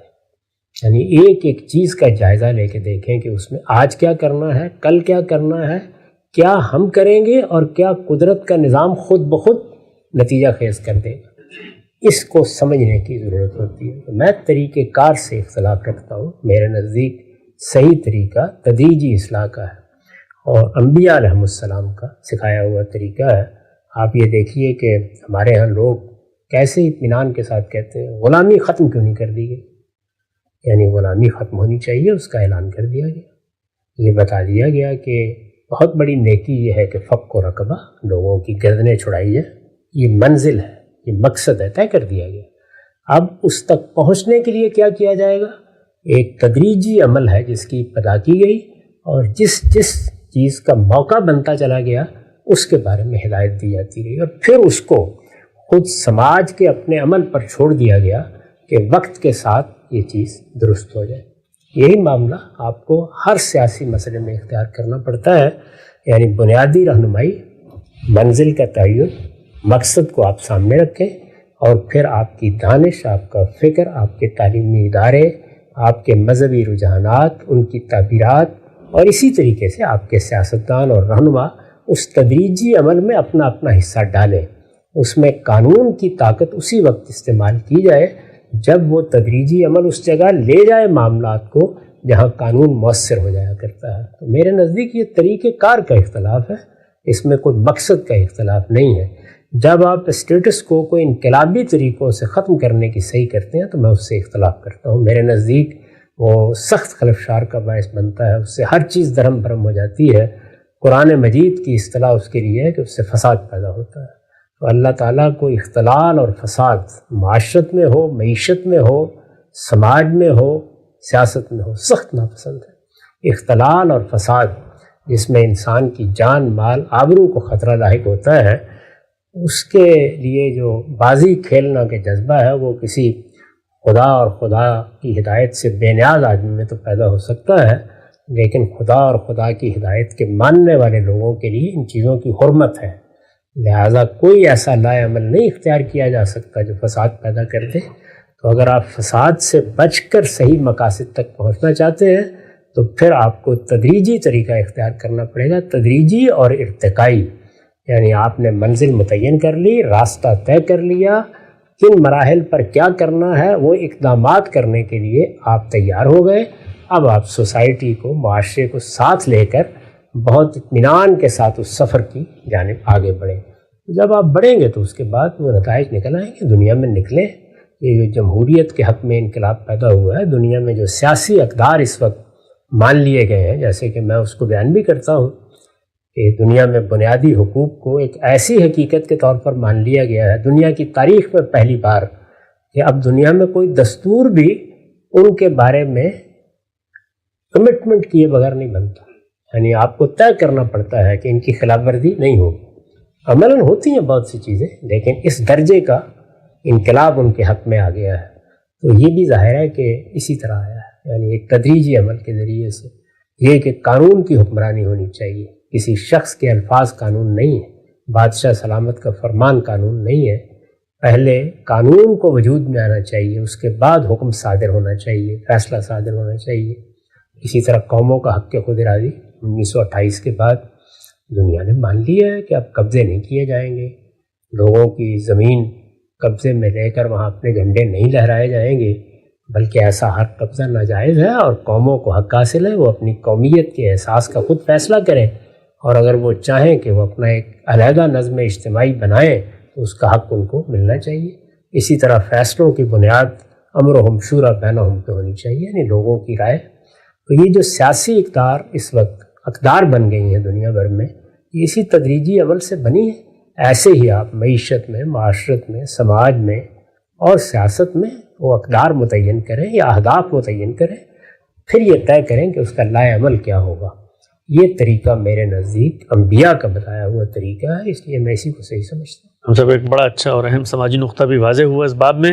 صحیح بتائیے گا، اہل نظر یہ بھی کہتے ہیں کہ بھٹو صاحب نے معیشت کے باب میں جو بیانیہ اپنایا، پاکستان کے اندر جو ریاست کی پورا کا پورا نظام ہے اس پر آج تک اس کے اثرات باقی ہیں، اور ہم یہ دیکھتے ہیں کہ ریاست جو ہے وہ مداخلت کرتی ہے معیشت کے اندر، صنعت کے اندر، اور اسی طریقے سے بسا اوقات احتساب کا بیانیہ پیش کر کے صنعت کاروں کو خوفزدہ کیا جاتا ہے۔ آپ نے اس پہ بڑی تنقید بھی کی ہے کہ یہ بالکل چڑیوں کی طرح ہوتا ہے کہ آپ نے ایک پتھر مارا تو سب کے سب اڑ کے چلے جاتے ہیں۔ تو یہ سلسلہ ہماری جو قومی مزاج ہے حکمرانی کا، اس میں بھی آپ کو لگتا ہے کہ آگے ٹریول کرتا ہوا پہنچا ہے؟ یہ تو اس سے پہلے شروع ہو چکا تھا، یعنی فوج کی مداخلت تو اس سے بہت پہلے ہوئی۔ خود ذوالفقار علی بھٹو صاحب اس کے نتیجے میں سیاست کے میدان میں آئے۔ ان کا انتخاب بھی ایوب خان نے کیا تھا، اور ایک نیا دستور بنایا گیا، جو دستور اس قوم کے نمائندوں نے بنایا تھا 1954 میں بھی اور 56 میں بھی، وہ دساتیر ختم کر دیے گئے۔ ان کی جگہ پہ 1962 کا دستور قوم کو دیا گیا، وہ ایک بالکل مختلف نوعیت کا دستور تھا۔ یہ مداخلت تو اس سے بہت پہلے ہو چکی تھی۔ یہ کہہ سکتے ہیں آپ کے انقلابی اقدامات سے جو نتیجے نکلے کرتے ہیں وہ بھی نکلے، اور وہ بڑے خلفشار کی صورت میں نکلے، اس کا معیشت کو بڑا نقصان پہنچا، لیکن ان سب کو سنبھالا جا سکتا تھا اگر فوجی مداخلت اس طریقے سے نہ ہوتی رہتی۔ فوجی مداخلت کے مفاسد پر ہم چونکہ بہت تفصیل سے گفتگو کر چکے ہیں، اس لیے اس کو دہرانے کی ضرورت نہیں. چیزیں الگ الگ نہیں ہوتی، بے شمار عوامل کام کر رہے ہوتے ہیں. اس دوران میں اس نے بھی بہت کچھ فساد پیدا کیا. نقطہ واضح ہو گیا غام صاحب. ذوالفقار علی بھٹو کے بڑے سیاسی اقدامات میں سے معیشت کے باب میں ان کا جو نقطہ نظر و بیانیہ تھا اس پر ہم نے گفتگو کی. سول ملٹری کانفلکٹ آج تک جاری ہے. بھٹو صاحب کے دور میں جو اقدامات انہوں نے کیے اس سے یہ مسئلہ کیوں ریزالو نہیں ہوا، اس کے اندر غامدی صاحب کا نقطہ نظر کیا ہے، اس کو بھی ہم جانیں گے. وقت یہاں پہ ختم ہوتا ہے، دوبارہ حاضر خدمت ہوں گے. اب تک آپ کا بہت شکریہ. بسم اللہ الرحمن الرحیم. السلام علیکم. غامدی صاحب کے ساتھ ہفتہ وار سوال و جواب کی براہ راست نشست کو لے کے ایک دفعہ پھر ڈیلی اسمبلی کا غامدی سینٹر سے حاضر خدمت ہیں. آغاز کرتے ہیں. غام صاحب بہت شکریہ آپ کے وقت کا. ذوالفقار علی بھٹو، شخصیت، بیانیہ اور اثرات. غامدی صاحب سے ہم نے گفتگو کا آغاز کیا تھا، 3 نشستیں ہو گئی تھیں، اسی سلسلہ گفتگو کیا. 4تھی نشست ہے. غام صاحب آگے بڑھاتے ہیں گفتگو کو. بڑا اچھا آپ نے ایک تجزیہ پیش کیا تھا کہ ہماری تاریخ کے اندر جو یہ انقلابی شخصیات آتی ہیں ان کا لاہ عمل کیا ہوتا ہے، ان کا طرز فکر کیا ہوتا ہے، اور ان کا عام طور پہ قائم کرنے کے لیے، کام کرنے کے لیے اور اپنے افکار کو سوسائٹی میں رائج کرنے کے لیے طریقہ کار کیا ہوتا ہے. بڑی اس سے ایک انسائٹ حاصل ہوئی. ہم سب میں چاہتا ہوں اس کو آگے بڑھاتے ہوئے کچھ بڑے اقدامات ہمیں اس دور میں نظر آتے ہیں، اور ان اقدامات کو جب تک ہم نہیں سمجھیں گے آج بھی ہمیں لگتا ہے اور مستقبل میں بھی ممکن ہے کہ اسی طرح کے مسائل ہمارے سماج کو، ہمارے معاشرے کو درپیش رہتے ہیں، لیکن کوئی پائیدار حل اور نتیجہ نہیں نکلتا. ہم سب سول ملٹری کانفلکٹ بڑی تفصیل سے ہم نے فوج کے بیانیے میں کوئی 21 نشستوں میں اس پہ بات کی تھی. بھٹو صاحب کو بھی اس کرائسس کا سامنا تھا، انہوں نے بھی ایک طرز عمل اپنایا. ہم دیکھتے ہیں کہ جیسی ان کو طاقت ملی تو اس کے بعد پھر انہوں نے یحییٰ خان کو نظر بند کیا، جنرل گل حسن کو مامور کیا، اور پھر ان سے اختلاف کے نتیجے میں ایک بہت ہی اگریسو ان کے کچھ ایکشنز نظر آتے ہیں. فوج کے باب میں باقاعدہ ایک فورس بھی بنائی گئی ان کے مقابل میں. کیسے دیکھتے ہیں اس پورے کے پورے طرز عمل کو جو سول ملٹری کانفلکٹ میں ان کی جانب سے سامنے آیا؟ اور اس سے آگے بڑھ کے میں یہ بھی جاننا چاہوں گا کہ خود آپ کی بصیرت، آپ کی سوچ، آپ کی رائے میں کیا کوئی ایسا حل موجود بھی ہے اس پورے کے پورے قضیے کا کہ جس میں اگر کوئی انقلابی لیڈر کچھ کام بھی کرنا چاہتا ہے تو کیسے کرے؟ میں پہلے تو یہ وضاحت کر دوں کہ انقلابی شخصیات صرف ہماری تاریخ میں نہیں، دنیا میں جہاں بھی پیدا ہوتی ہیں ان کے کچھ مشترک خصائص ہیں. میں نے وہ بیان کر دیے تھے، متعین کر کے بیان کر دیے تھے کہ یہ 3 چیزیں جہاں بھی کوئی اس طرح کی شخصیت پیدا ہوگی اس میں نمایاں ہو جائیں گی. وہ بھٹو صاحب میں بھی نمایاں ہوئی، اور بھی شخصیات ہیں. میں نے اس کے مقابل میں مولانا سید ابوالعلا صاحب مودودی کی شخصیت کو رکھ کے یہ بتایا تھا کہ وہاں بھی یہی صورتحال ہے، اور جب اس طرح کی شخصیات اپنا لاہ عمل بناتی ہیں تو اس میں کیا مسائل پیدا ہو جاتے ہیں، ان پر ہم تفصیل سے گفتگو کر سکتے ہیں. یہ عالمی صداقتیں ہیں، یعنی ظاہر ہے کہ شخصیات کا تجزیہ کرتے ہیں، ان کے طبائع کو سمجھنے کی کوشش کرتے ہیں، ان کے طرز عمل کو دیکھتے ہیں، انہوں نے جن موقعوں پر کوئی فیصلے کیے ہیں ان کی تحلیل کرتے ہیں. اس سے ایک رائے بنتی ہے. انسانوں کے بارے میں جو کچھ بھی رائے دی جاتی ہے یا تجزیہ کیا جاتا ہے وہ کوئی اینٹ پتھر کے بارے میں تو نہیں ہوتا کہ ہر جگہ طابق نال بن نال ہو. اس میں بہت کچھ اختلافات بھی ہو جاتے ہیں. میں اپنا زاویہ نظر بیان کر رہا ہوں.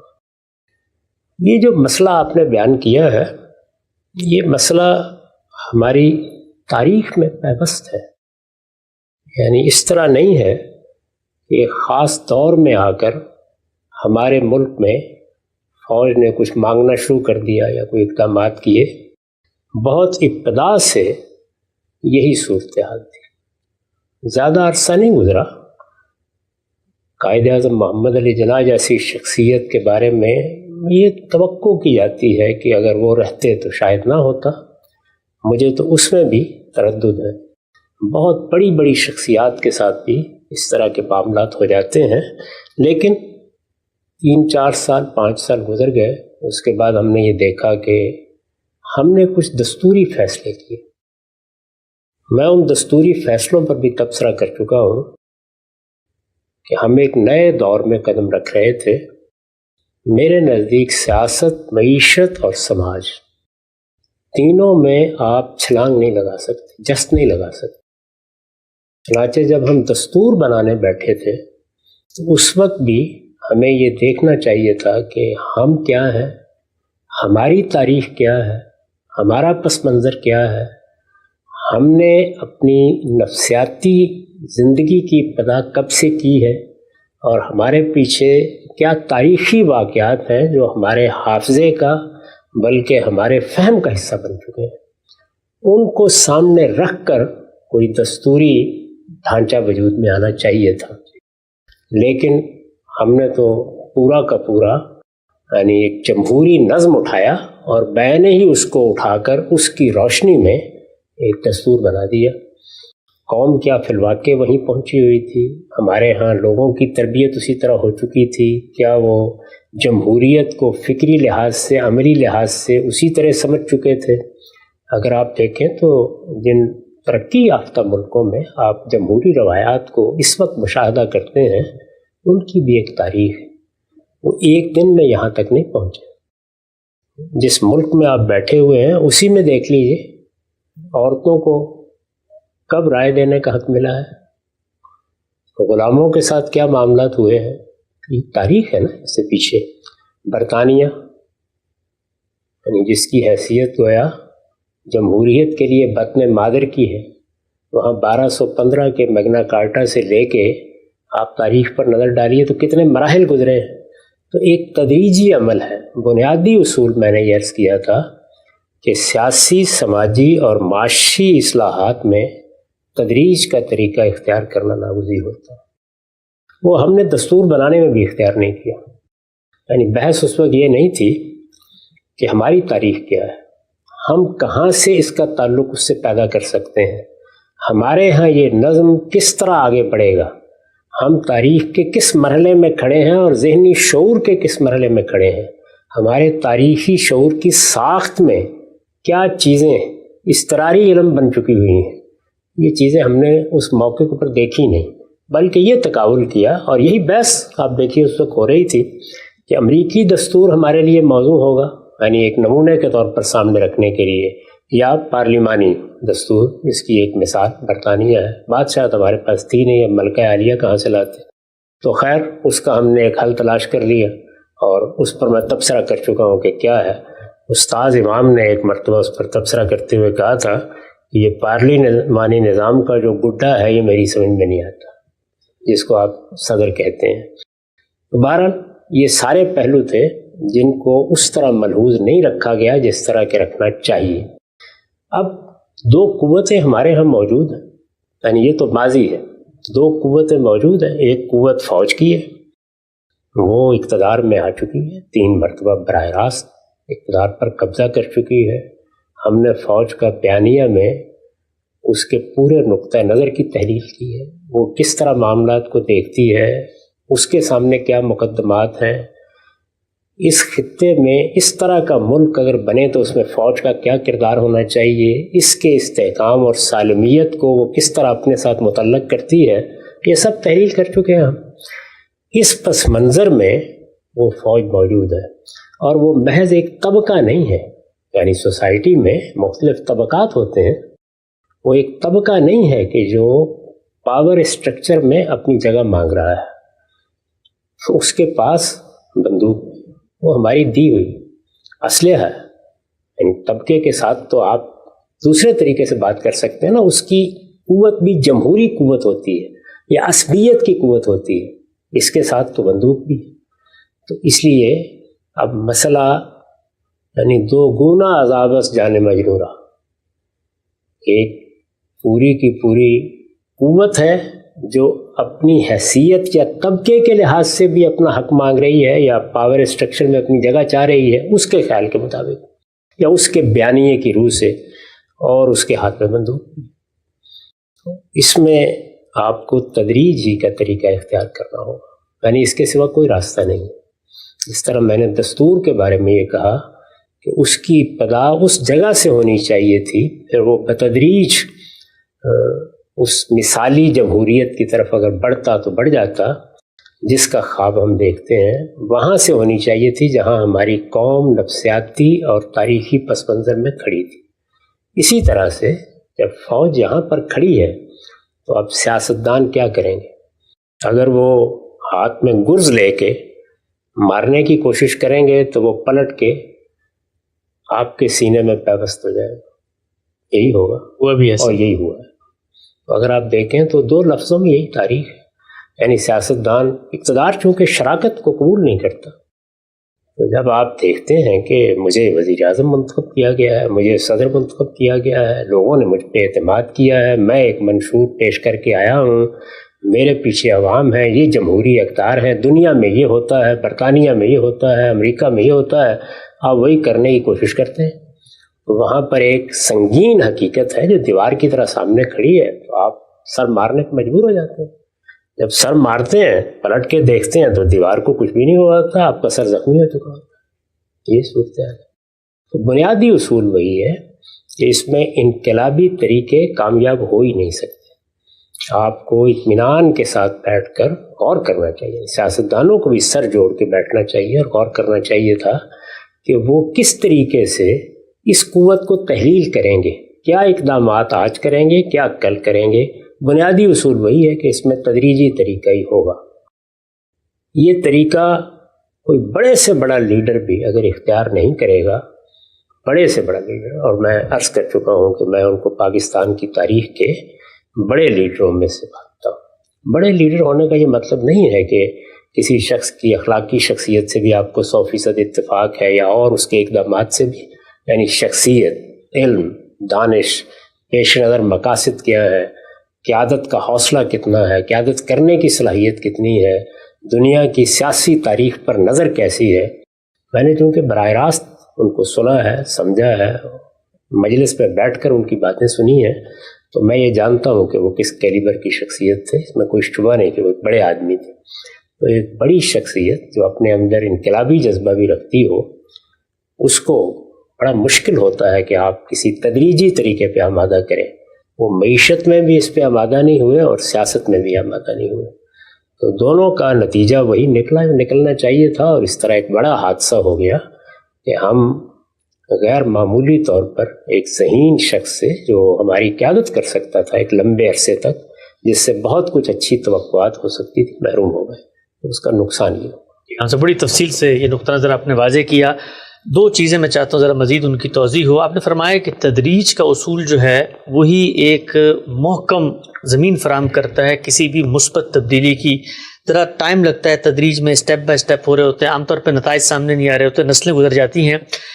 یہ جو اصول آپ نے اخذ کیا ہے یہ دنیا کے سماجی مطالعے کی بنیاد پر ہے، عمرانی تاریخ کی بنیاد پر ہے، یا خود دین نے جو احکامات سماج سے متعلق دیے ہیں اس میں بھی اسی اصول کو اپنایا؟ مثلا ہمیں نظر آتا ہے کہ بنی اسرائیل کے اندر جس وقت اللہ تعالیٰ نے ایک قوم کو حکومت پر رجمان کیا ہے، ان کے ہاں بادشاہت کی خواہش پیدا ہو گئی، زمین تیار نہیں تھی، آپ نے بادشاہت عنایت کر دی۔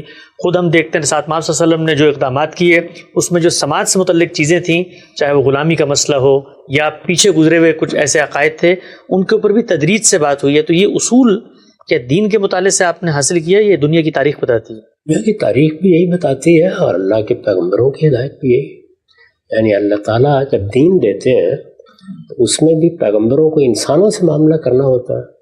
انسانوں سے جب وہ معاملہ کرتے ہیں تو ایک تو انفرادی نوعیت کے معاملات ہیں، اس میں بھی تدریج کا طریقہ اختیار کرنا ناگزیر ہو جاتا ہے۔ سیدہ عائشہ نے کس طریقے سے خود اپنی قوم کی انفرادی شخصیات کی تحلیل کی ہے، وہ روایت ہے نا جو میں نے بھی نقل کی ہے کہ اگر حضور یہ بات پہلے دن آ کے کہہ دیتے تو کوئی نہ مانتا، یہ کہہ دیتے تو کوئی نہ مانتا، تو انہوں نے بتایا کہ یہاں سے یہ بات شروع کی، اور جب بنیادیں راسخ ہو گئیں تو پھر آگے ان چیزوں کو منوانا بھی آسان ہو گیا۔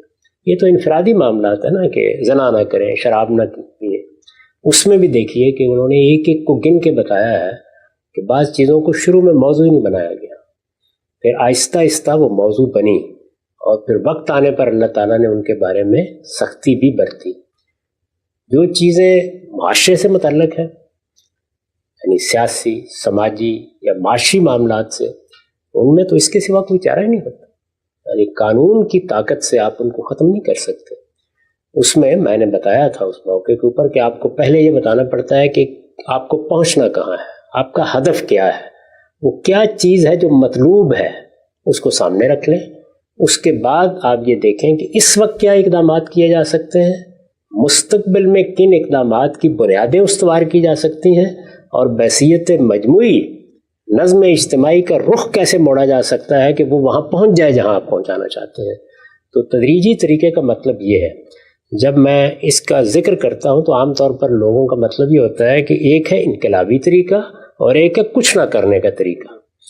تو کچھ نہ کرنے کا طریقہ تدریجی طریقہ نہیں ہوتا. تدریجی طریقے کا مطلب ہے ہدف طے ہے، منزل متعین ہے، راستے کے معالم آپ نے لوگوں کو بتا دیے ہیں، آپ نے جس قافلے کو بھی آپ روانہ کرنا چاہتے ہیں یہ سب چیزیں بتا کر اس جگہ سے اس کو راہ دکھائی ہے کہ وہ چلے. تو اگر تھوڑا بہت انحراف بھی ہو تو بہرحال منزل کھوٹی نہ ہو، وہاں پہنچ جائے. یہی طریقہ واضح ہو گیا. اچھا ہم سے بھی بتائیے گا کہ یہ بھی کہا جاتا ہے کہ تدریجی اصلاح کے طریقے پر آپ کہیں تبدیلی لانا چاہتے ہیں تو یہاں پر تو سیدھی سیدھی تبدیلی آنی ہے کہ ایک شخص کو ہم نے بندوق دے کے بیرک میں بٹھایا تھا، وہ اٹھ کر اقتدار کی گدی پہ آ کے بیٹھ گیا ہے. تو اب تدریج سے کیا کریں گے؟ اس کو پہلے اقتدار میں شامل کرنا پڑے گا، کوئی آئینی رول دینا پڑے گا، چونکہ جیسے ہی ماڈرن اسٹیٹ کرافٹ کے اندر آپ اس بارے میں کوئی تدریج کا رستہ اختیار کرتے ہیں تو اسٹیٹ اسٹرکچر دوئی برداشت نہیں کر سکتا. وہاں پر یا منتخب لوگوں کے ہاتھ میں اقتدار ہوگا یا کوئی منظم آمریت ہوگی. یہ جو درمیان کا تدریج کا طریقہ ہے یہ فوج کے باب میں روبہ عمل ہو ہی نہیں سکتا. ہمارے سیاستدانوں نے ہمیشہ یہ اختیار کی. لوگ سیاستدانوں کو ہدف متعین بناتے ہیں. جو مشکل ان کو ہمارے ملک میں پیش آئی ہے وہ دنیا میں کم پیش آئی ہے. یعنی اس طرح کی فوج، اتنی طاقتور فوج، وہ یہ فیصلہ کیے بیٹھی ہے، اس کے پاس اپنا ایک نیریٹو ہے، وہ اپنے بیانیے کے مطابق تبدیلیاں چاہتی ہے، یہ سب کچھ ہے. اور پھر اقدام کرنے کا ایسا حوصلہ ہے کہ 3 مرتبہ اس نے اقتدار پر قبضہ کر لیا اور ایک منتخب وزیر اعظم کو چوہے کی طرح اٹھایا اور اٹھا کر کسی کولڈی میں ڈال دیا. کوئی معمولی بات ہے؟ تو اس طرح کے لوگوں کے ساتھ معاملہ کرتے وقت اب آپ کو کیا کرنا ہے؟ دیکھیے ہمارے سیاستدان یہی کرتے رہے. یعنی وہ لوگ کہ جمہوریت کے علمبردار رہے ہیں ان کو ماشاء اللہ کے زمانے میں بعض اوقات وزارتیں قبول کرنی پڑی، بیٹھ کر مذاکرات کرنے پڑے، بعض جو تدریجی اقدامات تھے ان کا حصہ بننا پڑا ہے. اب میں نہیں چاہتا کہ نام لوں تو آپ دیکھ لیجیے، یعنی ہر نوع کے سیاستدان، ہر پارٹی کے سیاستدان وہ اسی طریقے سے حصہ بنتے رہے اور بن کر راستہ نکالتے ہیں. میں یہ کہتا ہوں کہ یہ تو آپ نے اقتدار میں اپنا حصہ وصول کر لیا اور پھر ایک تدریج میں چلے. نہیں، یہ بات کہ یہ معاملہ ہونا ہی تدریجی ارتقاء کے طریقے پر ہے، اس کو پہلے زیر بحث آنا چاہیے، اس کے منازل متعین ہونے چاہیے، اس کے اوپر گفتگو ہونی چاہیے. پھر اس کے بعد یہ کوئی خفیہ سازش نہیں ہے، سیدھے طریقے سے یہ طے کرنا چاہیے کہ اس وقت کیا کرنا ہے، کل کیا کرنا ہے. خود فوج نے آگے بڑھ کر 3 موقعوں کے اوپر تو مجھے بڑی اچھی طرح یاد ہے کہ اس کا خود ایک حل پیش کرنے کی صحیح کی ہے. یاد ہوگا آپ کو کہ ہمارے ایک کماندار کو، یہ سپہ سالار کو اسی حل پیش کرنے کی پاداش میں استعفیٰ دینے پر مجبور کر دیا گیا تھا. تو یہ سب معاملات ہوئے ہیں. میرے کہنے کا مطلب یہ ہے کہ یہ طے کر لیں پہلے کہ یہ ہونا تدریج کے ساتھ. جب آپ اس کو فوراً کرنے کی کوشش کریں گے تو آپ باغی قرار پا جائیں گے اور پھر آپ کے لیے کوئی رعایت نہیں ہوتی، بندوق کے پاس رعایت نہیں ہوتی. اس کا حوصلہ نہیں ہے کہ آپ تدریجی طریقے سے یہ معاملہ کر سکیں تو کس حکیم نے کہا ضرور سیاست کرنی ہے، ہمارے پاس آگے بیٹھ جائیں، یہاں بھی بڑے نیکی کرنے کا. ہم سب یہ نقطہ واضح ہوا. گفتگو کو سمیٹتے ہوئے آخری بات، ہم سب ایک بڑا زبردست سی چیز آپ کی زبان سے ہم نے سنی. عام طور پہ ہمارے یہاں ہمارے ملک کے پس منظر میں سیاستدان جب زیر بحث آتے ہیں تو بڑی ان پر تنقید ہوتی ہے اور ان کے اقدامات پر بھی، ان کے کریکٹر پر بھی، ان کے لاہ عمل پر بھی، ان کے منشور پر بھی، سیاسی جماعتوں کی جو حرکیات ہیں سامنے سب کے ہیں. لیکن یہ جو آپ نے بات فرمائی کہ سیاستدان 70 سال سے حل نکال رہے ہیں، تو اگر غور کیا جائے کہ ایک طرف ایک پورا کا پورا منظم ادارہ، طاقتور ادارہ بندوق لے کے، نیریٹو لے کے کھڑا ہے کہ ہم آئیں گے اقتدار پہ، اس سب کے باوجود انہوں نے ان 70 سال میں جمہوریت کا دیا جلایا ہوا ہے. اور آج بھی پاکستان میں کچھ نہ کچھ انتخابات کی بات ہوتی ہے، دستور کی بات ہوتی ہے. عالمی سطح پر اگر آپ دیکھتے ہیں پوری کی پوری دنیا کے منظرنامے میں، تو پھر اس لحاظ سے تو پاکستان کے سیاستدانوں نے بڑی خدمت کی. کوئی شک نہیں، میں تو ہمیشہ ان کا بڑا قدردان رہا ہوں. یہ تو آپ حضرات ہیں کہ جو ان کو ہدف متعین بنا کر چاہتے ہیں کہیں بحیرہ عرب میں پھینک دیں. مجھے ان کی مشکلات کا اندازہ ہے، وہ کس صورتحال سے دوچار ہوتے ہیں، کن مراحل سے گزرتے ہیں، کن کن مشقتوں میں ان کو مبتلا کیا گیا ہے، پارٹیوں کے ساتھ کیا کر ڈالا جاتا ہے، کس طرح سے وہ بکھر جاتی ہیں، کیسے ان کو دوبارہ جمع کرنے میں مشکلات پیش آتی ہیں، کس طرح بعض اوقات محض سیاسی استحکام یا سیاسی جدوجہد کے استحکام کے لیے آپ کو بہت سے مناسب خاندان میں محدود کرنے پڑتے ہیں، لوگ کیسے اچکے جاتے ہیں. یہ ایک دردناک داستان ہے، اس میں کھڑے ہو کر سیاست کر رہے ہیں آپ کے ملک کے سیاستدان. ان کے سامنے سر جھکا کے صرف یہ عرض کرنا چاہیے کہ تدریج کا طریقہ سیکھ لیں کیسے کیا جائے. ذوالفقار علی بھٹو، شخصیت، بیانیہ اور اثرات، سلسلہ گفتگو کی آج چوتھی نشست تھی. مختلف تاریخی اور فکری پہلوؤں پر ہم صاحب سے استفادہ کرتے ہیں. اس کا مقصد بھی یہ ہے کہ موجودہ دور میں ہم اس سے کچھ سیکھ سکیں اور آگے کا کوئی مرتب منظم لائے عمل بھی بنائیں. وقت یہاں پہ ختم ہوتا ہے، دوبارہ حاضر خدمت ہوں. جب تک آپ کا بہت شکریہ. بسم اللہ الرحمن الرحیم. السلام علیکم. مامدی صاحب کے ساتھ ہفتہ وار سوال و جواب کی براہ راست نشست کو لے کر دو پھر حاضر خدمت آغاز کرتے ہیں. ہم سے بہت شکریہ آپ کے وقت کا. ہم سب کل آپ سے گفتگو ہو رہی تھی ذوالفقار علی بھٹو صاحب، شخصیت، بیانیہ اور اثرات، سلسلہ گفتگو کی آج 5ویں نشست ہے. ایک جملہ ہم نے آپ کی زبان سے سنا، تھوڑی سی اس کی توضیح چاہ کر اگلے بیانیے کی طرف بھی چلوں گا. آپ نے فرمایا تبدیلی ہمیشہ تدریج سے آتی ہے سماج کے باب میں. اسی طریقے سے وہ بڑے امراض جو لاحق ہو جاتے ہیں معاشروں کو، وہاں پر یک طرفہ طور پہ ایک دم سے آپ الٹپ کوئی فیصلے کر کے تبدیلی نہیں لا سکتے. بھٹو صاحب نے فوج کے ساتھ جو کانفلکٹ تھا اس باب میں ایک باقاعدہ فورس بنائی اور اس فورس کو اسلحہ بھی دے دیا اور اس فورس کو منظم بھی کیا کہ پاکستان کے اندر اگر ملٹری کبھی کو کرنے کی کوشش کرتی ہے تو وہ اس کو رجسٹ کرے. آپ جب یہ فرماتے ہیں کہ جی تدریج سے تبدیلی آتی ہے، تو کیا یہ سماج کے ہر باب میں یہ اصول لاگو ہوتا ہے؟ اس لیے کہ ہم عام زندگی میں دیکھتے ہیں، مثلا آپ نے کوئی ادارہ بنایا ہے، اس کے اندر کوئی منتظم ٹھیک نہیں آ گیا، تو آپ 40 سال آپ رک کے انتظار کریں گے کہ تدریجی عمل ہوگا. آپ کے پاس انتخاب ہے، آپ بندے کو ریپلیس کریں گے، دوسرا بندہ لے آئیں گے. میں زندگی میں فیصلے کرتا ہوں، بیماری کے فیصلے کرتا ہوں، ایک ڈاکٹر میرا علاج غلط کر دیتا ہے، اب میں تدریج کے اصول پہ پوری میڈیکل ہسٹری کو اپنی طرف نہیں لے آتا بلکہ جا کے انتخاب کرتا ہوں. تو سوسائٹی میں تبدیلی لانے کے لیے بندہ کبھی کبھی براہ راست انتخاب بھی تو کرتا ہے. بندوق والے اگر مثال کے طور پہ غنڈہ گردی پہ اتر آئے ہیں تو ہم نے اپنے کچھ لوگوں کو بندوق پکڑا دی تاکہ ان کا مقابلہ کر لیں. یہ مثالیں صحیح نہیں ہیں. انفرادی زندگی میں آپ کو پورا حق ہے، آپ فیصلے کریں. آپ نے کوئی ادارہ بنایا ہے، آپ اس کے سربراہ ہیں، تو آپ اس کو تبدیل بھی کر سکتے ہیں. لیکن جب ریاست کی سطح پر یا معاشرے کی سطح پر معاملات انجام دینے ہوں تو وہاں یہ ضروری ہے کہ دیکھا جائے کہ آپ جن لوگوں سے معاملہ کر رہے ہیں وہ کہاں کھڑے ہیں. لوگ ہیں تو بحیثیت قوم کہاں کھڑے ہیں، ان میں مختلف طبقات ہیں تو ان کی کیا نفسیات بن گئی ہوئی ہے، وہ اپنی طاقت کو کس زاویے سے دیکھتے ہیں. ان سے اگر ان کے تصورات یا ان کے عقائد یا ان کے نظریات کے بارے میں کوئی بات کی جائے تو ان کا رد عمل کیا ہوگا. اسی طرح کا معاملہ افواج کا ہے. یعنی کیا صورتحال یہ ہے کہ سیاستدانوں کو پورا اختیار حاصل ہے، ایک فرد 2 افراد سرکشی پر اترے ہوئے ہیں اور آپ نے ان کو تبدیل کرنا ہے، ضرور کریں. لیکن اگر یہ معلوم ہو جائے کہ کسی ادارے کو غیر معمولی اقتدار حاصل ہو گیا ہے، میں نے اس کی مثال یہ دی تھی کہ وہ ادارہ ایسا جری ہو چکا ہے کہ وہ اطمینان سے اقدام کرتا رہا ہے اور 3 مرتبہ اس میں کامیاب ہو گیا کہ وہ جائے اور ایک منتخب وزیر اعظم کو اٹھا لے. ظاہر ہے کہ یہ جرت ایسے تو نہیں آتی.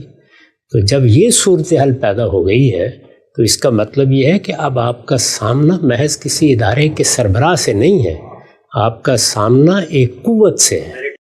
جب قوت پیدا ہو جاتی ہے، خواہ وہ عصبیت سے پیدا ہو، خواہ وہ اسلحے سے پیدا ہو، خواہ وہ جسمانی قوت ہو، پھر آپ کو سوچنا پڑتا ہے کہ اب اس کا مقابلہ کیسے کرنا ہے. تو میں نے یہ عرض کیا ہے، اور ظاہر ہے کہ یہ چیزیں الگ اطلاق نہیں ہوتی. اگر کسی موقع پر آپ نے جائزہ لیا، ہر لحاظ سے دیکھا اور آپ مطمئن ہو گئے کہ میں فوری کوئی اقدام کر سکتا ہوں تو ضرور کریں. مثلا رسالت مآب صلی اللہ علیہ وسلم نے جب معیشت سے متعلق بعض اقدامات کیے ہیں تو آپ دیکھیے کہ وہ کس ترتیب سے کیے ہیں. یعنی پہلے مرحلے میں ان کو موضوع ہی نہیں بنایا. کبھی دیکھا آپ نے کہ مکے میں بھی رسالت مآب صلی اللہ علیہ وسلم مارکیٹ کے معاملات، خرید و فروخت کے معاملات کے بارے میں کچھ فرما رہے ہیں یا کہہ رہے ہیں، لیکن مدینہ میں آ کے جب ایک اس زمانے کے قبائلی تصورات کے مطابق کہ یہ ریاست بن گئی تو اب آپ نے ان چیزوں میں بھی مداخلت فرمائی، پھر اس میں بھی ایک ترتیب قائم رکھی ہے. اور جب پورے جزیرہ نما عرب سے متعلق کچھ معاشی احکام کا نفاذ کیا ہے جیسے سود کے بارے میں، تو آخری زمانے تک انتظار کیا ہے. اور جب یہ معلوم ہو گیا کہ اب یہ قدم اٹھایا جا سکتا ہے تو پھر اٹھا لیا۔ تو اس کی طرف میں نے توجہ دلائی تھی کہ سیاسی، سماجی اور معاشی معاملات میں یہ طریقہ نہیں اختیار کیا جا سکتا کہ آپ لوگوں میں ایک ہیجان کی کیفیت پیدا کریں اور پھر کوئی کام کریں گے تو اس کا نتیجہ نکل آئے گا۔ چنانچہ ہمارے ہاں ذوالفقار علی بھٹو صاحب جیسی بڑی شخصیت نے یہ اقدام کیا اور بالآخر ان کو اپنی زندگی ہار جانا پڑی۔ ان کے بعد بھی دیکھ لیجیے جن لوگوں نے ایسا اقدام کرنے کی کوشش کی ان کے ساتھ کیا معاملہ کیا گیا، یعنی ان کو کئی برس کے لیے جیل میں جانا پڑا ہے، جلا وطن ہونا پڑا ہے، اور بار بار سیاسی جدوجہد کر کے معاملات کو پھر کسی مصالحت کے ساتھ حل کرنا پڑا ہے۔ تو یہ اس لیے ہوتا ہے کہ آپ کے مقابل میں کوئی بڑی قوت آ گئی ہے۔ اس طرح کا معاملہ جیسے ہی ہو جاتا ہے تو پھر آپ کے لیے تدریجی لائے عمل اختیار کرنے کے سوا کوئی چارہ نہیں ہوتا، یعنی ایک گریجول ڈیولپمنٹ ہوتی ہے حالات میں، شعور میں، لوگوں کے سوچنے کے انداز میں اور سماجی روایات میں۔ اس کو آپ دیکھتے رہتے ہیں، اس کو دانشور دیکھتے ہیں، اس کو اہل سیاست دیکھتے ہیں، پھر آپ محسوس کرتے ہیں کہ اب وہ وقت آ گیا ہے کہ اس پر ضرب لگائی جا سکتی ہے۔ یہی دیکھ لیجیے نا، دنیا میں یہ روایت صدیوں تک رہی ہے کہ طاقت ہے تو آپ کو حق حکومت حاصل ہے۔ وجہ کیا ہے؟ اس کی وجہ یہ ہے کہ حکومت کس لیے قائم کی جاتی ہے؟ اس لیے کہ مجھے امن میسر ہو۔ لوگوں کو اللہ تعالیٰ نے ارادہ و اختیار کی جو آزادی دی ہے وہ اس کا سوء استعمال کر کے میرے لیے بدامنی پیدا کر دیتے ہیں، مجرمانہ سرگرمیوں میں مبتلا ہو جاتے ہیں۔ کوئی اٹھے اور اٹھ کر مجھے امن فراہم کرے۔ یہ جو ہم حکومت کو قبول کرتے ہیں، اس کو بالجبر اپنا کمایا ہوا روپیہ دینے کے لیے تیار ہو جاتے ہیں، تو کس لیے ہوتے ہیں؟ اسی امن کی تلاش میں۔ اب یہ دیکھیے کہ اس میں اگر کوئی شخص اپنی قوت کے بل پہ اٹھ کے کسی قبیلے میں امن قائم کر دیتا ہے تو آپ شکر گزار ہوں گے نا اس کے۔ تو قوت ہی اس کی بنیاد بن گئی۔ چنانچہ قوت نے پھر اپنا حق بھی جتانا شروع کر دیا۔ ایک بڑا حق یہ جتایا کہ ہم کسی جگہ کو اگر فتح کر لیں گے تو وہ ہماری ہے، ہم اس کے مالک ہیں۔ تو آپ دیکھیں کہ جب تک فتوحات کی بنیاد پر سلطنتیں قائم ہوتی تھیں تو یہ کوئی چیز ہی نہیں تھی کہ آپ نے ایک علاقے کو فتح کیا ہے تو اب کسی اور کو بھی اس کے بارے میں کوئی بات کرنے کی اجازت ہے۔ لوگ اس پر قبضہ کرتے تھے، وہ اس کے جائز حکمران سمجھے جاتے تھے۔ دنیا میں صدیوں کے عمل کے بعد وہ تبدیلی آئی 1928 میں، جس کا فیصلہ کیا گیا۔ اب ہم اس کو اصولاً غلط سمجھتے ہیں کہ کسی سرزمین پر قوت کے بلبوتے پر قبضہ کر لیا جائے۔ تو اندر بھی یہ بات مانی جانے لگی، باہر بھی۔ اندر فوجیں قبضہ نہیں کریں گی، کوئی گروہ منظم ہو کے مسلح ہو کے یہ کام نہیں کرے گا، فیصلے لوگوں کی رائے سے ہوں گے، جمہوری اصولوں پر حکومتیں قائم ہوں گی، لوگوں کا حق خود ارادی مان لیا جائے گا۔ اصول کے طور پر مان لیا گیا کہ اگر کوئی قوم یہ کہتی ہے کہ ہماری ایک علیحدہ ریاست ہونی چاہیے تو یہ اس کا حق ہے، اس کو مان لیا جائے۔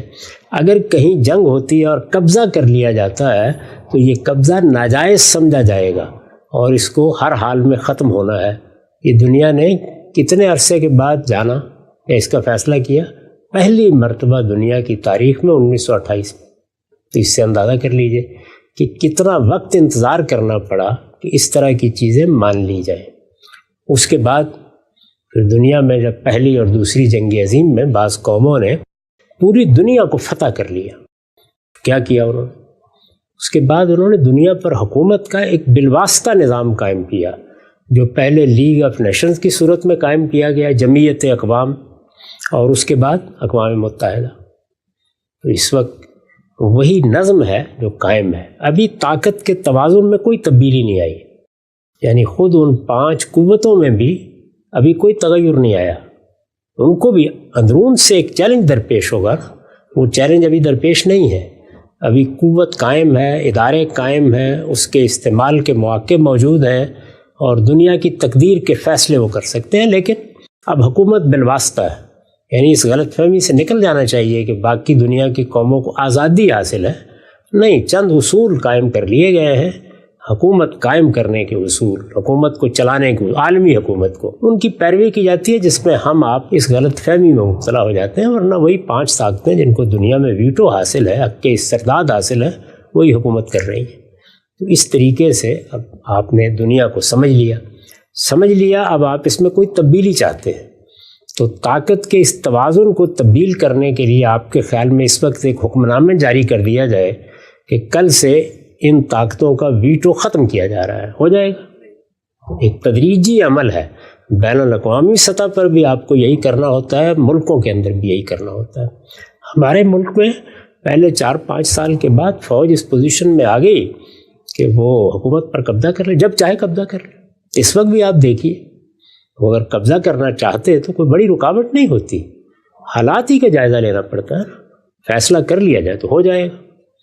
اس میں بین الاقوامی قوتیں، اس میں بڑے ملک کچھ بھی کہتے رہیں، اقدام ہو جاتا ہے، پھر اس کے بعد مصالحت شروع ہوتی ہے، اور اس مصالحت میں کبھی اس کو قبول کیا جاتا ہے، کبھی قبول نہیں کیا جاتا، کبھی معاملہ کر لیا جاتا ہے۔ تو اس لیے میں نے یہ عرض کیا تھا کہ سیاسی معاملات میں ایک تو یہ بات سمجھ لینی چاہیے کہ اس میں حق و باطل کی بنیاد پر کبھی فیصلے نہیں ہوتے، یہ ہمیشہ یا طاقت سے ہوتے ہیں یا مصالحت سے ہوتے ہیں، اور کوئی طریقہ نہیں، پیغمبر بھی اس سے مختلف کوئی راستہ نہیں اختیار کر سکے، کیونکہ 2 قوتیں ہیں نا جن کے درمیان، 3 قوتیں ہیں، 4 قوتیں جن کے درمیان فیصلہ کرنا ہے، تو یہ کیسے ہو سکتا ہے کہ ان سے بالا تر کوئی اتھارٹی بھی موجود نہیں ہے اور حق و باطل کی بنیاد پر فیصلہ ہو جائے؟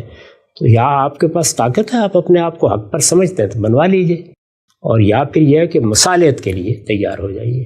تو یہ بین الاقوامی سطح پر بھی صحیح اصول ہے، قومی سطح پر بھی صحیح اصول ہے۔ ہمارے ہاں سیاستدانوں کے لیے اس کے سوا کوئی راستہ نہیں کہ جو 2 بڑی قوتیں اس وقت ہمارے ملک میں موجود ہیں ان کے ساتھ یہی راستہ اختیار کریں۔ ایک فوج ہے، اس کے پاس اسلحہ ہے، طاقت ہے، بڑی فوج ہے، دنیا کی 10ویں بڑی فوج ہے اس وقت، بہت بڑی تعداد میں ہم اپنی افواج کو منظم کر چکے ہیں۔ پھر اس کے پیچھے ایک تاریخ ہے، تاریخ بھی بڑی اہم چیز ہوتی ہے، اس لیے کہ اس سے حوصلہ ملتا ہے کہ اچھا اگر فلاں کامیاب ہو گیا تھا وزیر اعظم کو پکڑ کے بند کرنے میں تو میں بھی کامیاب ہو جاؤں گا۔ میں آپ کو بالکل واقعہ سنا رہا ہوں ایک جرنیل کا، وہ میرے پاس تشریف لائے، ان کا آخری انتخاب جب ہوتا ہے تو اس موقع پر انتخاب نہیں ہو سکا تھا، اور یہ جنرل کیانی کے زمانے کی بات ہے۔ میری اسٹڈی میں بیٹھ کر وہ بالکل گلوگیر ہو گئے، اور انہوں نے مجھے کہا کہ بڑی آرزو تھی اگر میں منتخب ہو جاتا اور پھر اللہ مجھے موقع دیتا کہ میں اس ملک کی افواج کا سربراہ بنتا، تو میں نے اسلام نافذ کرنے کا ایک اپنے ذہن میں منصوبہ بنا رکھا۔ عجیب، اچھا، یہ بالکل میں نے براہ راست گفتگو آپ کو سنا دی ہے، میں نام نہیں لینا چاہتا۔ تو اس سے آپ اندازہ کر سکتے ہیں کہ کس طرح کے خیالات، کس طرح کا بیانیہ بعض اوقات وجود میں آ چکا ہوتا ہے بعض اداروں میں۔ اب اگر لوگ اس طریقے سے، اس جذبے کے ساتھ اس سطح پر بیٹھ کر اس طرح کا منصوبہ بنا رہے ہیں تو آپ اندازہ کر سکتے ہیں کہ ان کو کتنا حوصلہ ہے کہ میں جب اس منصب پر آؤں گا تو ایک اقدام ہی کرنا ہے، کسی میں چون و چرا کی گنجائش نہیں ہوگی۔ اس طرح کی صورتحال ہمیں درپیش ہے۔ دوسری طرف جو دوسری بڑی قوت ہے، میں نے کل کی نشست میں بھی اس کی طرف اشارہ کیا تھا، وہ ہمارا مذہبی طبقہ ہے۔ مذہبی طبقہ بہت بڑی طاقت بن چکا ہے، یعنی مسجد اس کے پاس ہے، مدارس کو ہم نے ایک متوازی نظام کی حیثیت دے رکھی ہوئی ہے، اس میں ہزاروں نہیں اب لاکھوں کی تعداد میں لوگ تیار ہو رہے ہیں، وہ اپنی نفسیات کے لحاظ سے، اپنے اثرات کے لحاظ سے باقی قوم سے بہت مختلف ہوتے ہیں۔ یہ طاقت بڑھتی جا رہی ہے، اسی وجہ سے وہ کبھی اس زبان میں بات نہیں کرتے کہ ایسا ہونا چاہیے، اس کا استدلال یہ ہے، وہ یہ کہتے ہیں ہم ایسا نہیں ہونے دیں گے۔ اور چونکہ ریاست کو بھی مختلف موقعوں پر ان کی خدمات کی ضرورت ہوتی ہے تو ایک خاص طرح کا الائنس بھی وجود میں آ چکا ہے۔ تو اب ان دونوں قوتوں کے ساتھ اگر معاملہ آپ کرنا چاہیں، مثلا دوسری قوت کو لے لیں، آپ میرے طرز فکر سے متاثر ہو گئے ہیں اور آپ کا خیال یہ ہے کہ یہ تو بالکل دین کی صحیح تعبیر ہے، اور اب میرے پاس کچھ قوت ہے اور میں اس تعبیر کو آج نافذ کر دوں تو میں آپ کا ہاتھ پکڑ کے آپ کو روکوں گا کہ ایسا مت کریں، اس لیے کہ سوسائٹی سے متعلق اس طرح کے فیصلے اس بنیاد پر نہیں کیے جاتے. ایک نقطہ یہاں پر بھی آپ کو تدریجی کا طریقہ اختیار کرنا پڑے گا, اس کے سوا کوئی راستہ نہیں. بڑی خوبصورتی سے تاریخی پس منظر میں آپ نے اس پورے کے پورا جو مخمصہ میرے ذہن میں پیدا ہوتا ہے اس کو آپ نے حل کیا. اچھا ایک اپلائیڈ سوال لے لیتے ہیں. سول ملٹری کانفلکٹ ہے, حقیقت ہے, ایک طرف طاقت ہے اور دوسری طرف بے مسلح لوگ کھڑے ہوئے ہیں, ان کے پاس صرف بیانیہ, نظریہ, فکر, سیاست ہے. تدریج کا طریقہ ہے. بھٹو صاحب نے اس کانفلکٹ میں وہ طریقہ اختیار نہیں کیا, نتیجہ سامنے آ گیا.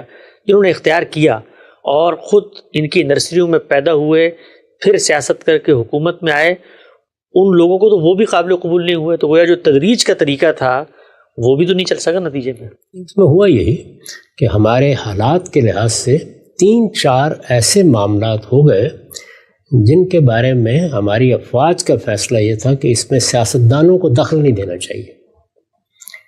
تو آپ یہ دیکھیے کہ جب معاملات خراب ہوئے تو انہی معاملات میں, اب وہ کیا معاملہ؟ مثلا ایک افغانستان کے معاملے میں پالیسی تھی جو اختیار کر لی گئی. اسی طرح ہندوستان کے معاملے میں ایک پالیسی ہے جو اختیار کی گئی. ایران کے معاملے میں جب سے وہاں انقلاب آیا ہے اور سعودی عرب کے ساتھ اس کی مخاصمت پیدا ہوئی ہے, وہاں کچھ مسائل پیدا ہوئے ہیں, اس میں ایک پالیسی ہے جو ہم نے اختیار کر رکھی ہے. اور امریکہ تو آپ یہ جانتے ہی ہیں کہ ہر ایک کو اس سسرال میں تو آنا ہی ہوتا ہے. یہ نقطہ واضح ہوا. اچھا رحمان صاحب یہ بتائیے گا کہ مثال کے طور پہ جو پورا کا پورا نقطہ نظر ہے, ہم آج بھی دیکھتے ہیں کچھ لوگ اسی کی بات کرتے ہیں کہ جی مل جل کے ایک ہائیبرڈ سسٹم بنایا جائے, اسی میں ہم چلیں گے, تدریج کے ساتھ بہتری آئے گی. کچھ لوگ کہتے ہیں نہیں, پیسو ریزسٹنس آپ جاری رکھیں, اس سے ان پر اثر پڑتا ہے, یہ تھوڑا پیچھے ہیں, کچھ لے دے کا کام ہوگا اور جیسی موقع ملے گا ہم ان کو دبا لیں گے. اب آپ کا نیریٹو اس میں کیا ہے؟ یعنی لوگ کیا کہیں گے, جی پرو اسٹیبلشمنٹ ہیں, اینٹی اسٹیبلشمنٹ ہیں, اسٹیبلشمنٹ کو بادل ناخواستہ برداشت کرنا ہے, کیونکہ بیانیے تو ہمارے پاس یہ دو ہی موجود ہیں سوسائٹی میں. دیکھیے ایک دستور بن چکا ہے, ہمارے پاس ایک بڑی طاقت آ گئی ہے اس دستور سے, اور میں سمجھتا ہوں کہ یہ سب سے بڑا کارنامہ ہے جو ایک سیاستدان نے انجام دیا. یعنی آپ تاریخ میں دیکھیے 54 کا دستور, 56 کا دستور, یعنی ان کو ایک صبح بھی دیکھنی نصیب نہیں ہوئی. خود ایوب خان صاحب نے 62 کا دستور بنایا, اس کا کیا حال ہوا. تو ایک ایسا دستور بن گیا ہے کہ اس کے بعد اگر کبھی افواج نے بھی اقدام کیا ہے تو وہ اس دستور کو بالکل ختم نہیں کرتے. اس دستور کو ایک قومی میثاق کی حیثیت حاصل ہو گئی ہے. اس دستور میں کچھ خامیاں ہیں, اور بعض خامیاں تو وہ یوں سمجھیے کہ پیدائشی خامیوں کی حیثیت رکھتی ہیں, ان کو دور کرنے کی کوشش بھی کرنی ہے, اور وہ بھی تدریجی طور پر ہوگی. اس دستور کو بنیاد بنا کر آپ حکومت کے نظم اپنے ہاتھ میں لے سکتے ہیں. یعنی سیاسی طور پر اگر کچھ لوگ اپنی سیاسی جماعت بنا کے انتخابات لڑ رہے ہیں تو ظاہر ہے کہ نظم ان کے ہاتھ میں آئے گا, کسی نہ کسی صورت میں لے سکتے ہیں, اس میں کوئی معنی نہیں. اب آپ کو کیا کرنا ہے, آپ کو یہ مطالعہ کرنا ہے کہ وہ کون سے معاملات ہیں جو اب بھی افواج چاہتی ہیں کہ ان کی دسترس میں رہیں. ان معاملات کے بارے میں اگر آپ تدریجی طریقہ اختیار کریں گے, یعنی مذاکرات کا طریقہ, سمجھنے سمجھانے کا طریقہ, کچھ آگے بڑھنے کچھ پیچھے کھڑے ہو جانے کا طریقہ, کچھ لو اور دو کچھ دو کا طریقہ, تو میرا احساس یہ ہے کہ وہ کانفلکٹ پیدا نہیں ہوگا جس کے بعد وہ آخری اقدام کر دیا کرتے ہیں. تو آخری اقدام کو ٹالنا ہے. اسی کو میں نے فلسطین کے معاملے میں عرض کیا تھا کہ اس وقت امن ہم مسلمانوں کی ضرورت ہے, یعنی امن ہماری ضرورت ہے, ہمیں ہر قیمت پر امن حاصل کرنا ہے. یہی صورتحال پاکستان میں, یعنی جمہوریت ہماری ضرورت ہے, ایک سیاسی حکومت کا دوام استمرار ہماری ضرورت ہے, دستوری حکومت دستور کے مطابق چلے یہ ہماری ضرورت ہے. اس کے مقابل میں دو قوتیں کھڑی ہیں, وہ اصلاً اس دستور کو جس طرح کی ہے نہیں مانتی, نہ افواج مانتی ہیں نہ مذہبی طبقہ مانتا ہے. مذہبی طبقہ بھی بادل ناخواستہ اس کو قبول کرتا ہے. اس کشمکش میں سیاستدان کیسے آگے بڑھیں, تو وہ یہ دیکھ لیں, ایسے ہی کر رہے ہیں. مذہبی طبقہ بھی بعض موقعوں کے اوپر اپنی قوت جب سامنے لے آتا ہے تو پھر کیا ہوتا ہے, جمعے کی چھٹی ہو جاتی ہے, پھر شراب پر پابندی لگ جاتی ہے, پھر آپ ختم نبوت کے بارے میں پارلیمنٹ میں قانون سازی پر مجبور ہو جاتے ہیں, پھر توہین رسالت کے قوانین بن جاتے ہیں. تو وہ بھی ایک پوری تاریخ ہے. اسی طرح کا معاملہ وہاں ہے. تو دونوں جانب کچھ معاملات ہیں جو کانفلکٹ کا باعث بنتے ہیں, حکمت عملی یہ اختیار کرنی ہے کہ ان میں براہ راست تصادم سے گریز کیا جائے اور تدریجی طریقے سے ان کو آہستہ آہستہ درست کیا. جیسے ہی ان میں براہ راست تصادم کی کوئی صورت سامنے آتی ہے تو اس کے بعد پھر اٹھا کے پھینک دیا جاتا ہے. ہم سے نقطہ نظر واضح ہوا. ذوالفقار علی بھٹو صاحب کی شخصیت، بیانیہ، اثرات، گفتگو کا سلسلہ جاری ہے. ہم سب دو جو بنیادی ان کے نکات تھے، بڑی اچھی آپ نے شخصیت کی تحلیل بھی کی کہ انقلابی پس منظر کے لوگ بیہیو کیسے کرتے ہیں اور پھر نیریٹو کیسے بنتا ہے، اس دور کا جو منظر نامہ ہے وہ کیا تھا، عالمی سطح پر جو دو بیانیے پیش کی جا رہے تھے.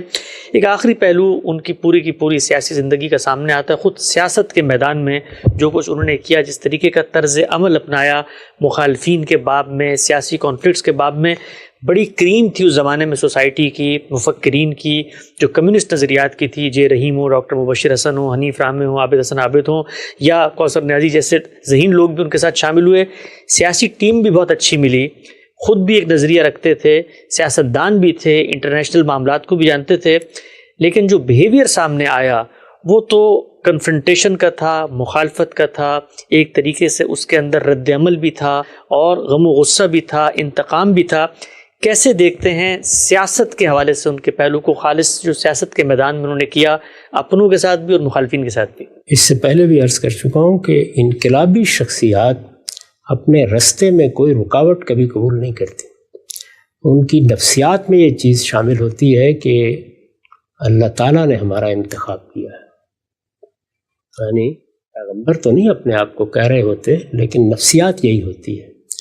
پھر وہ محسوس کرتے ہیں کہ ان کو ایک محدود عمر دی گئی ہے، یعنی 50 60 سال 100 سال یہی ہوں گے نا، اس سے زیادہ کیا ہوں گے.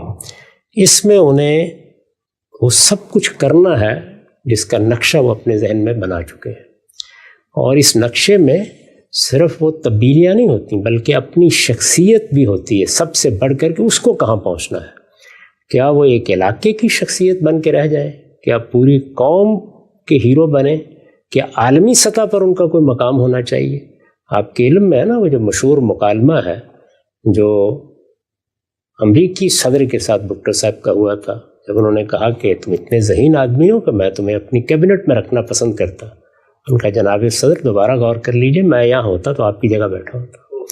تو ایک انقلابی شخصیت یا ایک بڑا آدمی کس طریقے سے سوچتا ہے چیزوں کے بارے میں، اس سوچ کے ساتھ یہ ممکن ہی نہیں ہوتا کسی طریقے سے کہ آپ مخالف قوتوں کو بھی برداشت کریں. اسی لیے میں نے کہا تھا کہ انقلابی شخصیات اور انقلابی پروگرام اور تبدیلی کے علمبردار وہ جمہوریت پسند نہیں ہو سکتے. مذہبی لوگ بھی اسی لیے جمہوریت پسند نہیں ہوتے. ساری دنیا کا خیال تھا کہ طالبان حکومت سنبھالیں گے تو وہ کچھ نہ کچھ دوسرے لوگوں کو شامل کر کے نظم بنا لیں گے. انہوں نے پہلے مرحلے میں بہت خوبی کے ساتھ اور حکمت کے ساتھ ایک تاثر قائم کیے رکھا کہ ہم ایسا کریں گے، پاکستان کے ساتھ بھی، امریکہ کے ساتھ بھی، دوسری قوتوں کے ساتھ بھی. جب انہوں نے دیکھ لیا کہ اب ہمارے ساتھ لڑنے کی گنجائش ختم ہو گئی ہے، انہوں نے اعلان کر دیا. اور دیکھیے کن لفظوں میں اعلان کیا کہ کیا کسی فاتح نے بھی کبھی مفتوحین کو اپنے ساتھ شامل کیا؟ اس کے بعد ایک قدم بھی اس طرف بڑھانے کے لیے تیار نہیں ہوئے. اسی طرح اگر ذرا پیچھے جا کے دیکھیں تو جب سعودی عرب میں انقلاب آیا تھا، وہاں جب حکومت قائم ہوئی تو خود ہندوستان سے ہمارے بہت بڑے علماء اور سیاستدان وہ گئے وہاں، اور انہوں نے جا کے شاہ عبدالعزیز کے ساتھ ملاقات کی اور ان سے درخواست کی کہ آپ کو اللہ تعالیٰ نے موقع دیا ہے تو جزیرہ نما عرب میں آپ ایک جمہوری حکومت قائم کریں. بلکہ اس کی خوشخبریاں بھی دی گئیں. لیکن ہوا کیا؟ یعنی اس کے بعد وہاں پر بھی بادشاہت قائم کر دی گئی. اسی طرح کا معاملہ ایرانی انقلاب میں ہوا. وہ جو ابتدائی لوگ تھے جن میں سے بنی صدر کو صدر بھی بنایا گیا تھا ایران کا، کبھی آپ ابتدائی تاریخ پڑھیے، وہ ذرا مختلف تصور رکھتے تھے انقلاب کے بعد. لیکن یہ بتا دیا گیا کہ نہیں، اس کا کوئی امکان نہیں ہے. انقلاب آتا ہے تو پھر وہ اپنے پیش نظر مقاصد کو سامنے رکھ کر ہمیشہ آمریت قائم کرتا ہے. جمہوریت اپنی روح میں، اپنے طرز میں انقلابی تصورات کو قبول ہی نہیں کرتی. جمہوریت تو اصل میں ایک ایسے نظم کا نام ہے جس میں آپ نے چلنا ہی قدم بقدم ہوتا ہے. اس میں سب کو ساتھ لینا ہے. اس میں کوئی ایسے نیریٹو یا بیانیے نہیں بنائے جا سکتے جس میں آپ دوسروں کی نفی کر دیں. اس میں ایک بڑا سیاستدان وہی ہوتا ہے کہ جو جتنی قوتیں موجود ہیں ان کو ساتھ شامل کر کے ان کی جگہ بنا کر ان کو پاور اسٹرکچر میں حصہ دے کر آہستہ آہستہ آگے بڑھے. تو جمہوریت اپنی ذات میں، اپنی صفات میں ایک بالکل مختلف چیز ہے، اور انقلاب اور انقلابی شخصیات اس کے ساتھ کوئی مناسبت پیدا نہیں کر پاتی. تو اس میں کوئی گنجائش ہی نہیں ہوتی اس بات کی کہ آپ کی اپنی پارٹی کے لوگ کسی موقع پر آنکھیں دکھانے کی کوشش کریں، یا جس کو آپ اپوزیشن کہتے ہیں، اپوزیشن کو برداشت کرنا، حزب اختلاف کو اپنا کام کرنے دینا، ان کے بارے میں یہ تصور کرنا کہ یہ بھی لوگ ہیں اور یہ اس سوسائٹی کا حصہ ہیں اور ان کے پیچھے بھی لوگ موجود اور عصبیتیں ہیں. نہیں، یہاں یہ ہوتا ہے کہ نہیں، اب سب چیزوں کا خاتمہ کیا جائے گا، اور پھر وہ نیریٹو بنائے جاتے ہیں جس میں مبالغہ آمیز پروپیگنڈے کے ساتھ لوگوں کو قابل نفرت ٹھہرا دیا جاتا ہے.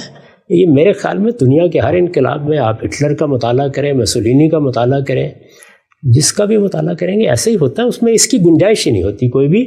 لیکن ہمارے ہاں چونکہ وہ جمہوریت کو ساتھ لے کر چلنا ہوتا ہے، تو اس میں فوج بھی جمہوریت کرتے ہوئے آمریت قائم کرتی ہے، اور جو سیاسی رہنما انقلابی مزاج کے ہوتے ہیں وہ بھی یہی کرتے ہیں. ہم سب بہت خوب، بڑا بہترین تجزیہ ذوالفقار علی بھٹو صاحب.